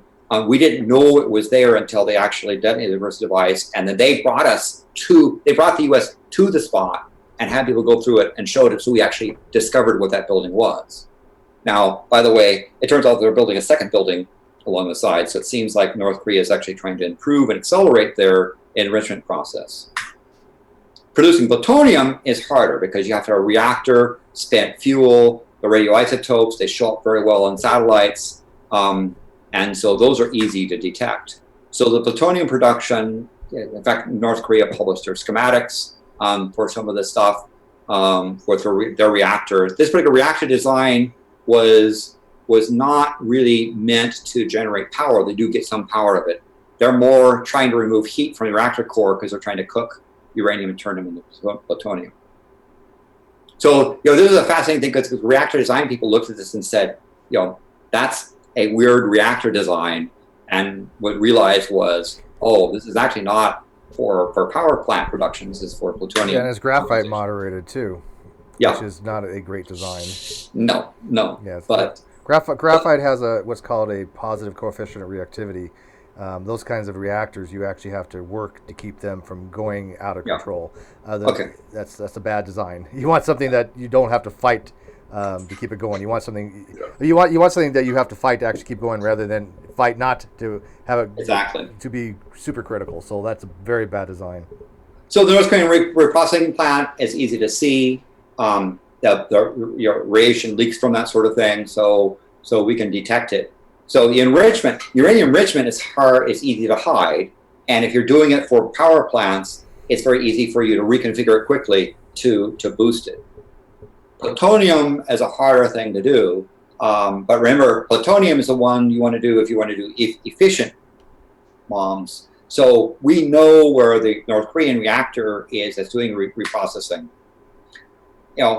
So could, that one of the things also to kind of understand, again, is that civilian power plants, that some of the enrichment technology to create nuclear fuel is critical, but the actual civilian itself does not get you very close to a bomb. Having a nuclear reactor does not give you close to a bomb. Having the ability to take fuel and reprocess it can produce something, but it's obvious if you're doing it. Having a uranium enrichment process by centrifuge is easy to hide, and that's where probably the biggest problem with proliferation is. So, there certainly are proliferation issues in terms of if you have a nuclear power plant of where your fuel is coming from. It's why oftentimes members of the nuclear club do the enrichment for another country and give them enriched material rather than encourage the country to enrich themselves. I thank you very much for taking the time there. I certainly want to give credits to Dr. Matthew Bohn, who has 2 very excellent YouTube videos. He goes into a lot more technical details about how actually bombs work. And he's a person that's done a lot of work in non-proliferation. There's also a couple of actual, surprisingly factual Wikipedia sources that this material came from. And certainly want to give credit to part of this lecture to Dr. Martin Baum, some of those images I took from his lecture, and certainly is a good source of non-classified material for this stuff. So, any questions? Well, let's find out here. Go ahead and stop screen sharing. I'll go back to our main layout here in a second. Stop screen share. Okay. Okay. We do have one question right off the bat, but but it was more of a technical question, so I was saving it to the end, and then if people want to ask after that, we'll get some in. But the person had asked Landon, is there a fundamental relationship between mass and charge? How is an electron able to produce an equal but opposite charge to the proton with far less mass? Well, the mass-charge ratio of an electron is very different than the mass-charge ratio of a proton or a neutron, which has two charges inside of it. So they're a fundamentally different particle. One is a baryon, one's a lepton. So one is the proton is made of things called quarks that gets its charges from the combination of the three quarks. The electron is a charge in and of itself, and it's a lepton. It's a fundamentally different type of particle that reacts fundamentally different. So it's not really correct to say that a proton is an opposite of electron. They have fundamentally different masses. They're made of fundamentally different processes. An electron, you don't have to have the strong nuclear force to keep an electron an electron. It just is, right? It's electrons is just an electron, right? That's whereas they're indivisible. Proton requires weak nuclear force as far as decay stuff. If it decays, you've got an atom involved in decay, and strong nuclear forces to keep nucleons together. So they're very fundamentally different beasts. Yeah, it's a hard thing to wrap your head around a partial charge, and I'm not talking like a partial charge like on DNA. I'm talking about the actual quarks themselves have non-integral or non-integers for charges. So like a proton would have plus 2/3, and then what is it, minus 1/3. So I mean, that gives it an overall net charge. But a neutron would have like plus 2/3, minus 1/3, minus 1/3. So your overall is 0. Those are hard things for people to wrap your head around because you're used to saying, okay, either it's positive or negative, but no, quarks don't have full charges. So yeah. So again, it's fundamentally different. They're not indivisible like that. And by the way, there are actually you talk about the leptons. Mm-hmm. There is also a tau and a nu that are also. And so electron neutrino, tau neutrino, and mu neutrino, isn't it? And because of that, there's an electron, tau particle, and a muon. Yeah. And those are negatively charged. I remember something. I'm excellent. You did right. And they're negatively charged, but they have fundamentally different masses. Right. Even the quarks inside of tau's the heaviest out of all of them. Yeah, have different masses as well. And this is based on what we observed, what we measured, as well as fitting a standard model. All right. So what other questions we got, real quick? Let's see here. Anybody? Is cold fusion possible? I'm going to throw this out there. I'm just going to say no. Everything I've looked in with cold fusion was all just an exothermic reaction, but it was all chemical. There was no real net energy released from the amount of energy going into the system. What do you think? DuPont-Fleischmann claims were at best a misunderstanding of the experimental results. I don't know of a way to do cold fusion. I mean, fusion, you've got to get the particles in close enough, overcome the charge repulsion, in order for quantum mechanics to take over and for them to merge. And there doesn't seem, I don't understand how you would get a chemical reaction or some other, other than an extremely difficult thing like a crushing from lasers or a pumping of a plasma or a Z-pinch, magnetic collapse, some very extreme exotic conditions in order to have fusion occur. I don't know how you would do that in a chemical low energy environment. You can argue that the energy necessary to bring stuff together to get them to fuse, that's going to require pressures and temperatures, and doing it cold is kind of anathema to the whole thing. Convert me out. So I don't think it's possible. Yeah, I don't think it's possible. I would be surprised if it's possible. I'm not going to say it's impossible, but I would be surprised if it's possible. Does MOX fuel play any role in weaponizing? Does it free up other fuels for making weapons? MOX fuel is generally used for commercial use, but it can be used for weapon grade. But if you're going to be, for example, when you re-core something, or if you're going to be putting in a MOX type fuel to reactor system, that's a completely different kind of license. So Yes, you have it's a whole other ball game. If you're pulling out plutonium out of a reactor that's been spent fuel, the reprocessing process is one thing to get to return back some of your reactor uranium in order to be able to go forward. But that plutonium that's left over has to be refined. And the refinement process and metallurgic process for plutonium is extremely difficult. But the fuel for the MOX doesn't come from a reprocessing, if I remember. I thought for a MOX it's actually just introduced, but it's not coming from a reprocess type plant. Well, I thought you were talking about reprocessing. I'm sorry. Yeah, because I'm pretty sure that you can get 239 from reprocessing, but the way MOX fuel uses it gets 239, it puts it in a mixture between uranium oxide and plutonium oxide, and then it gets reintroduced to existing reactors to create efficiency. Yeah. In that particular case, because you're not having to refine, right. You don't have to do plutonium metallurgy, but you're talking about going from MOX to weapons grade. Yeah, it can be done, but I don't think they use it for weapons grade. But theoretically, I guess it could be right. But it's difficult, and furthermore, getting the plutonium is just a small process. It's machining it and turning it into something usable. That's a non-trivial thing. Prepper ask. Oh, by the way, thank you, Prepper, for soon becoming a Patreon. Anybody else wants to become Patreon? Please let it. Thank you. I appreciate it. Anything on this channel. This main channel is literally what I live off of because I haven't got a dime yet from Non Sequitur. Yeah. We haven't done anything with those funds, so I am literally living off this channel. But Prepper says, would it be possible that an X-class solar flare generating a strong enough EMP could set off a nuclear weapon, or are they sufficiently shielded enough?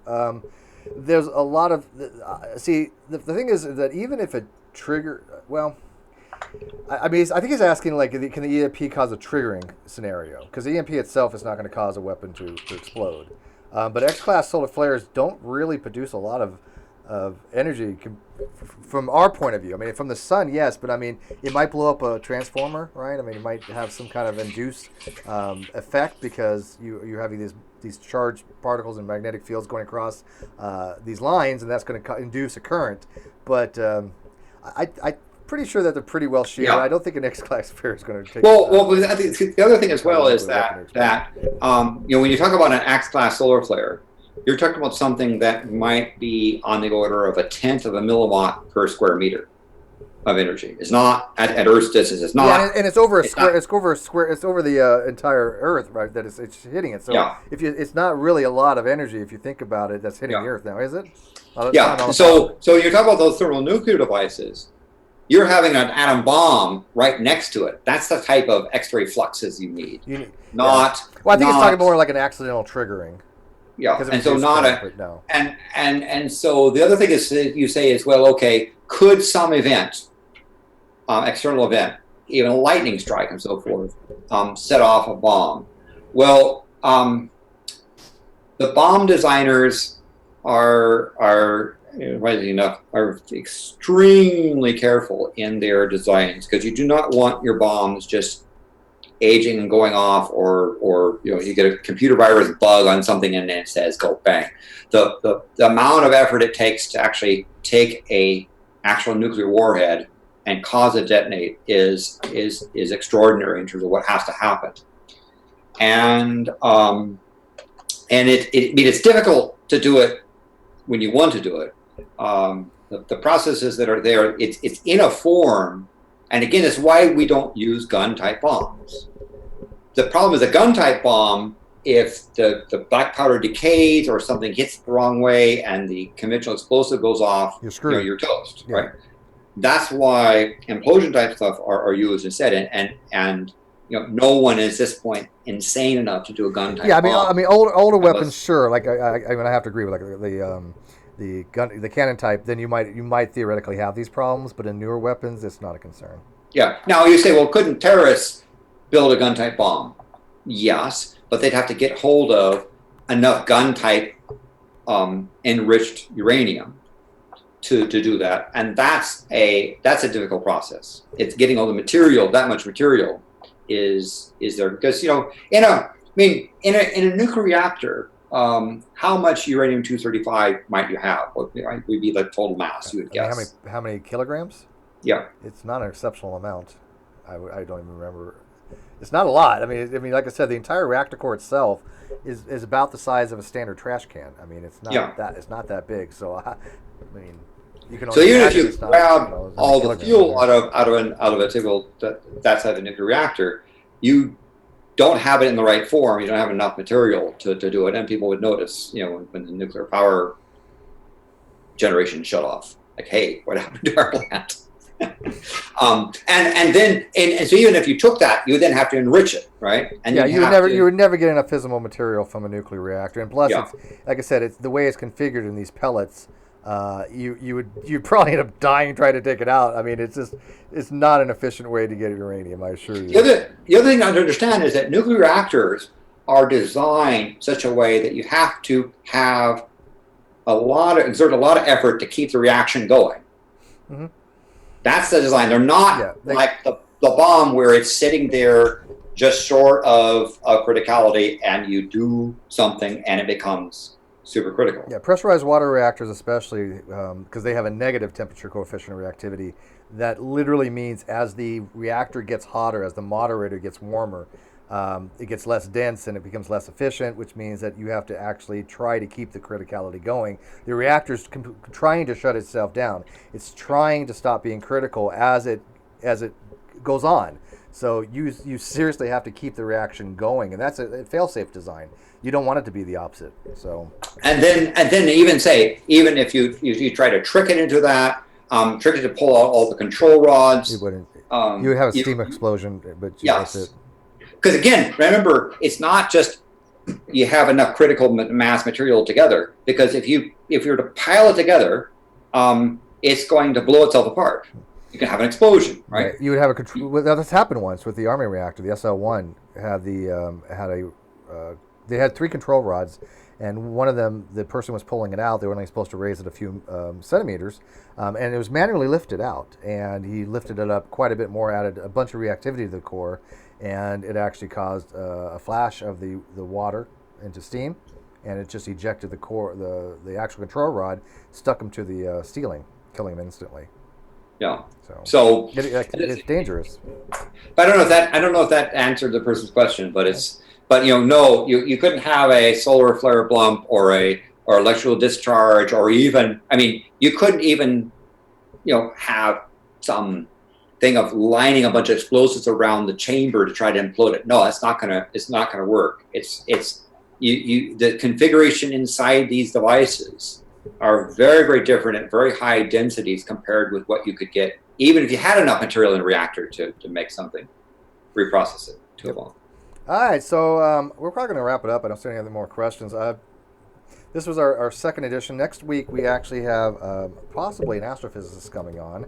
Excellent. We're going to see how that goes. And then I think, do you have a part 2 to this presentation?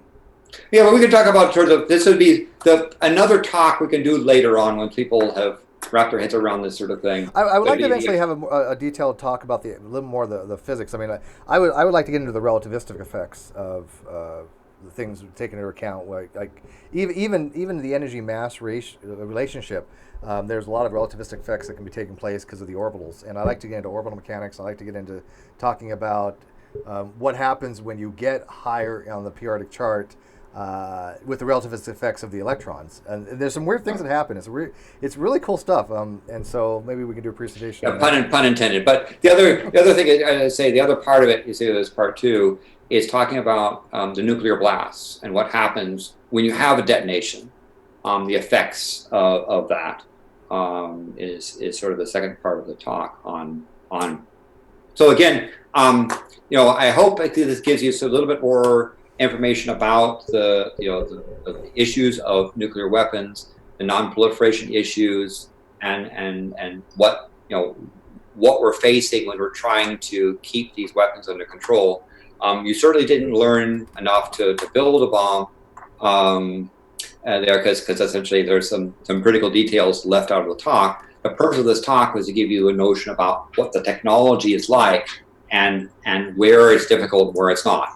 It's important to understand that the processing of nuclear power is fundamentally different than the processing for building a nuclear bomb. Unfortunately, some of the information is critical information on how to build and how to enrich your fuel is getting out, and unfortunately, the odds that some idiots on a suicide can build a crude bomb are increasing, and that's the thing that Russian people are most worried about. Yeah, somebody in the live chat said that the guy on the SL1 lasted for 3 days. I don't remember that particular thing. We had to study this particular accident, I thought he was killed on contact because it basically hit him midsection, stuck him on the top, and it was about 1,000 rem on contact. Now, 1,000 rem will kill you over a period of time, but it's going to take several days, but you will die. 1,000 rem is 100% chance you will die. About 400 to 500 400 500 rem, you have about 50 chance, but 1,000 rem, you ain't going to survive that. But I don't know how he lasted 3 days up there. Somebody said according to the wiki article, but when I learned it, he died instantly, but who knows, right? It might be. I mean, certainly he wouldn't have been able to live very long. He wouldn't have been in good shape.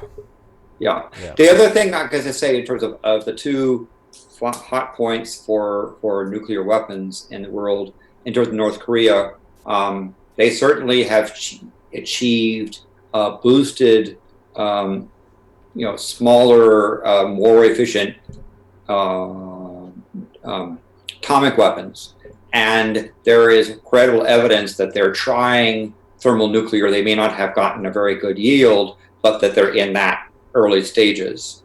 In the case of Iran, they have a nuclear enrichment process, which is capable of building highly enriched uranium and weapons-grade uranium. It is very easy for them, should they choose to not abide by the agreement, to reconfigure and rapidly move towards the development of even a crude nuclear weapon. And people, it's a frightening thought. It really is. Yeah, and so I'm not going to comment on, leave it for the policymakers as to what to do about that. But again, it's very easy for Iran to decide not to abide by the agreement, or to cheat. It's very difficult to catch them, and the time to go from I'm enriching uranium for my reactors to I'm going to build a bomb, or I'm going to build enough material for a bomb, is a relatively short period.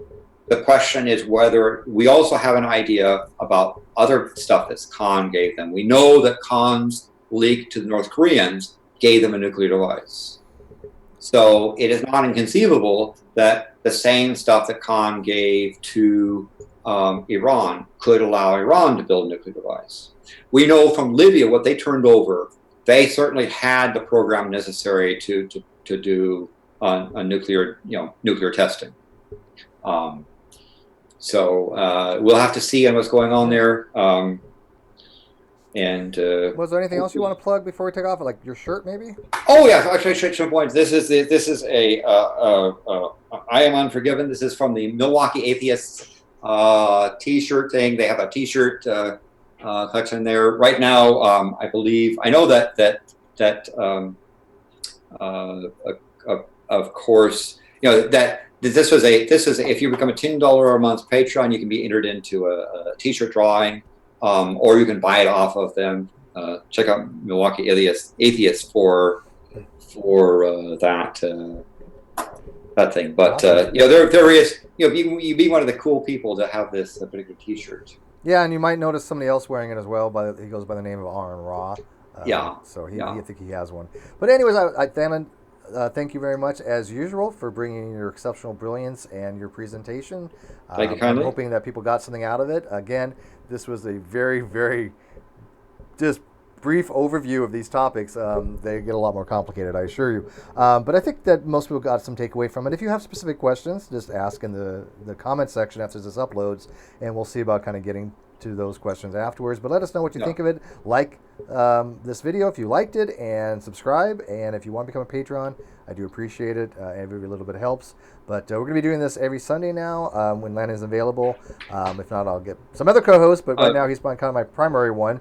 So if you I'm here about science, available about every other week, every third like week. bi-weekly, I think, for him. And Yeah. I got some other people on the side. I got side people, my He side has people. connections. I got connections. So we're going to put on a show every Sunday, DEFCON 1 Science. And thank you all for watching. Thanks.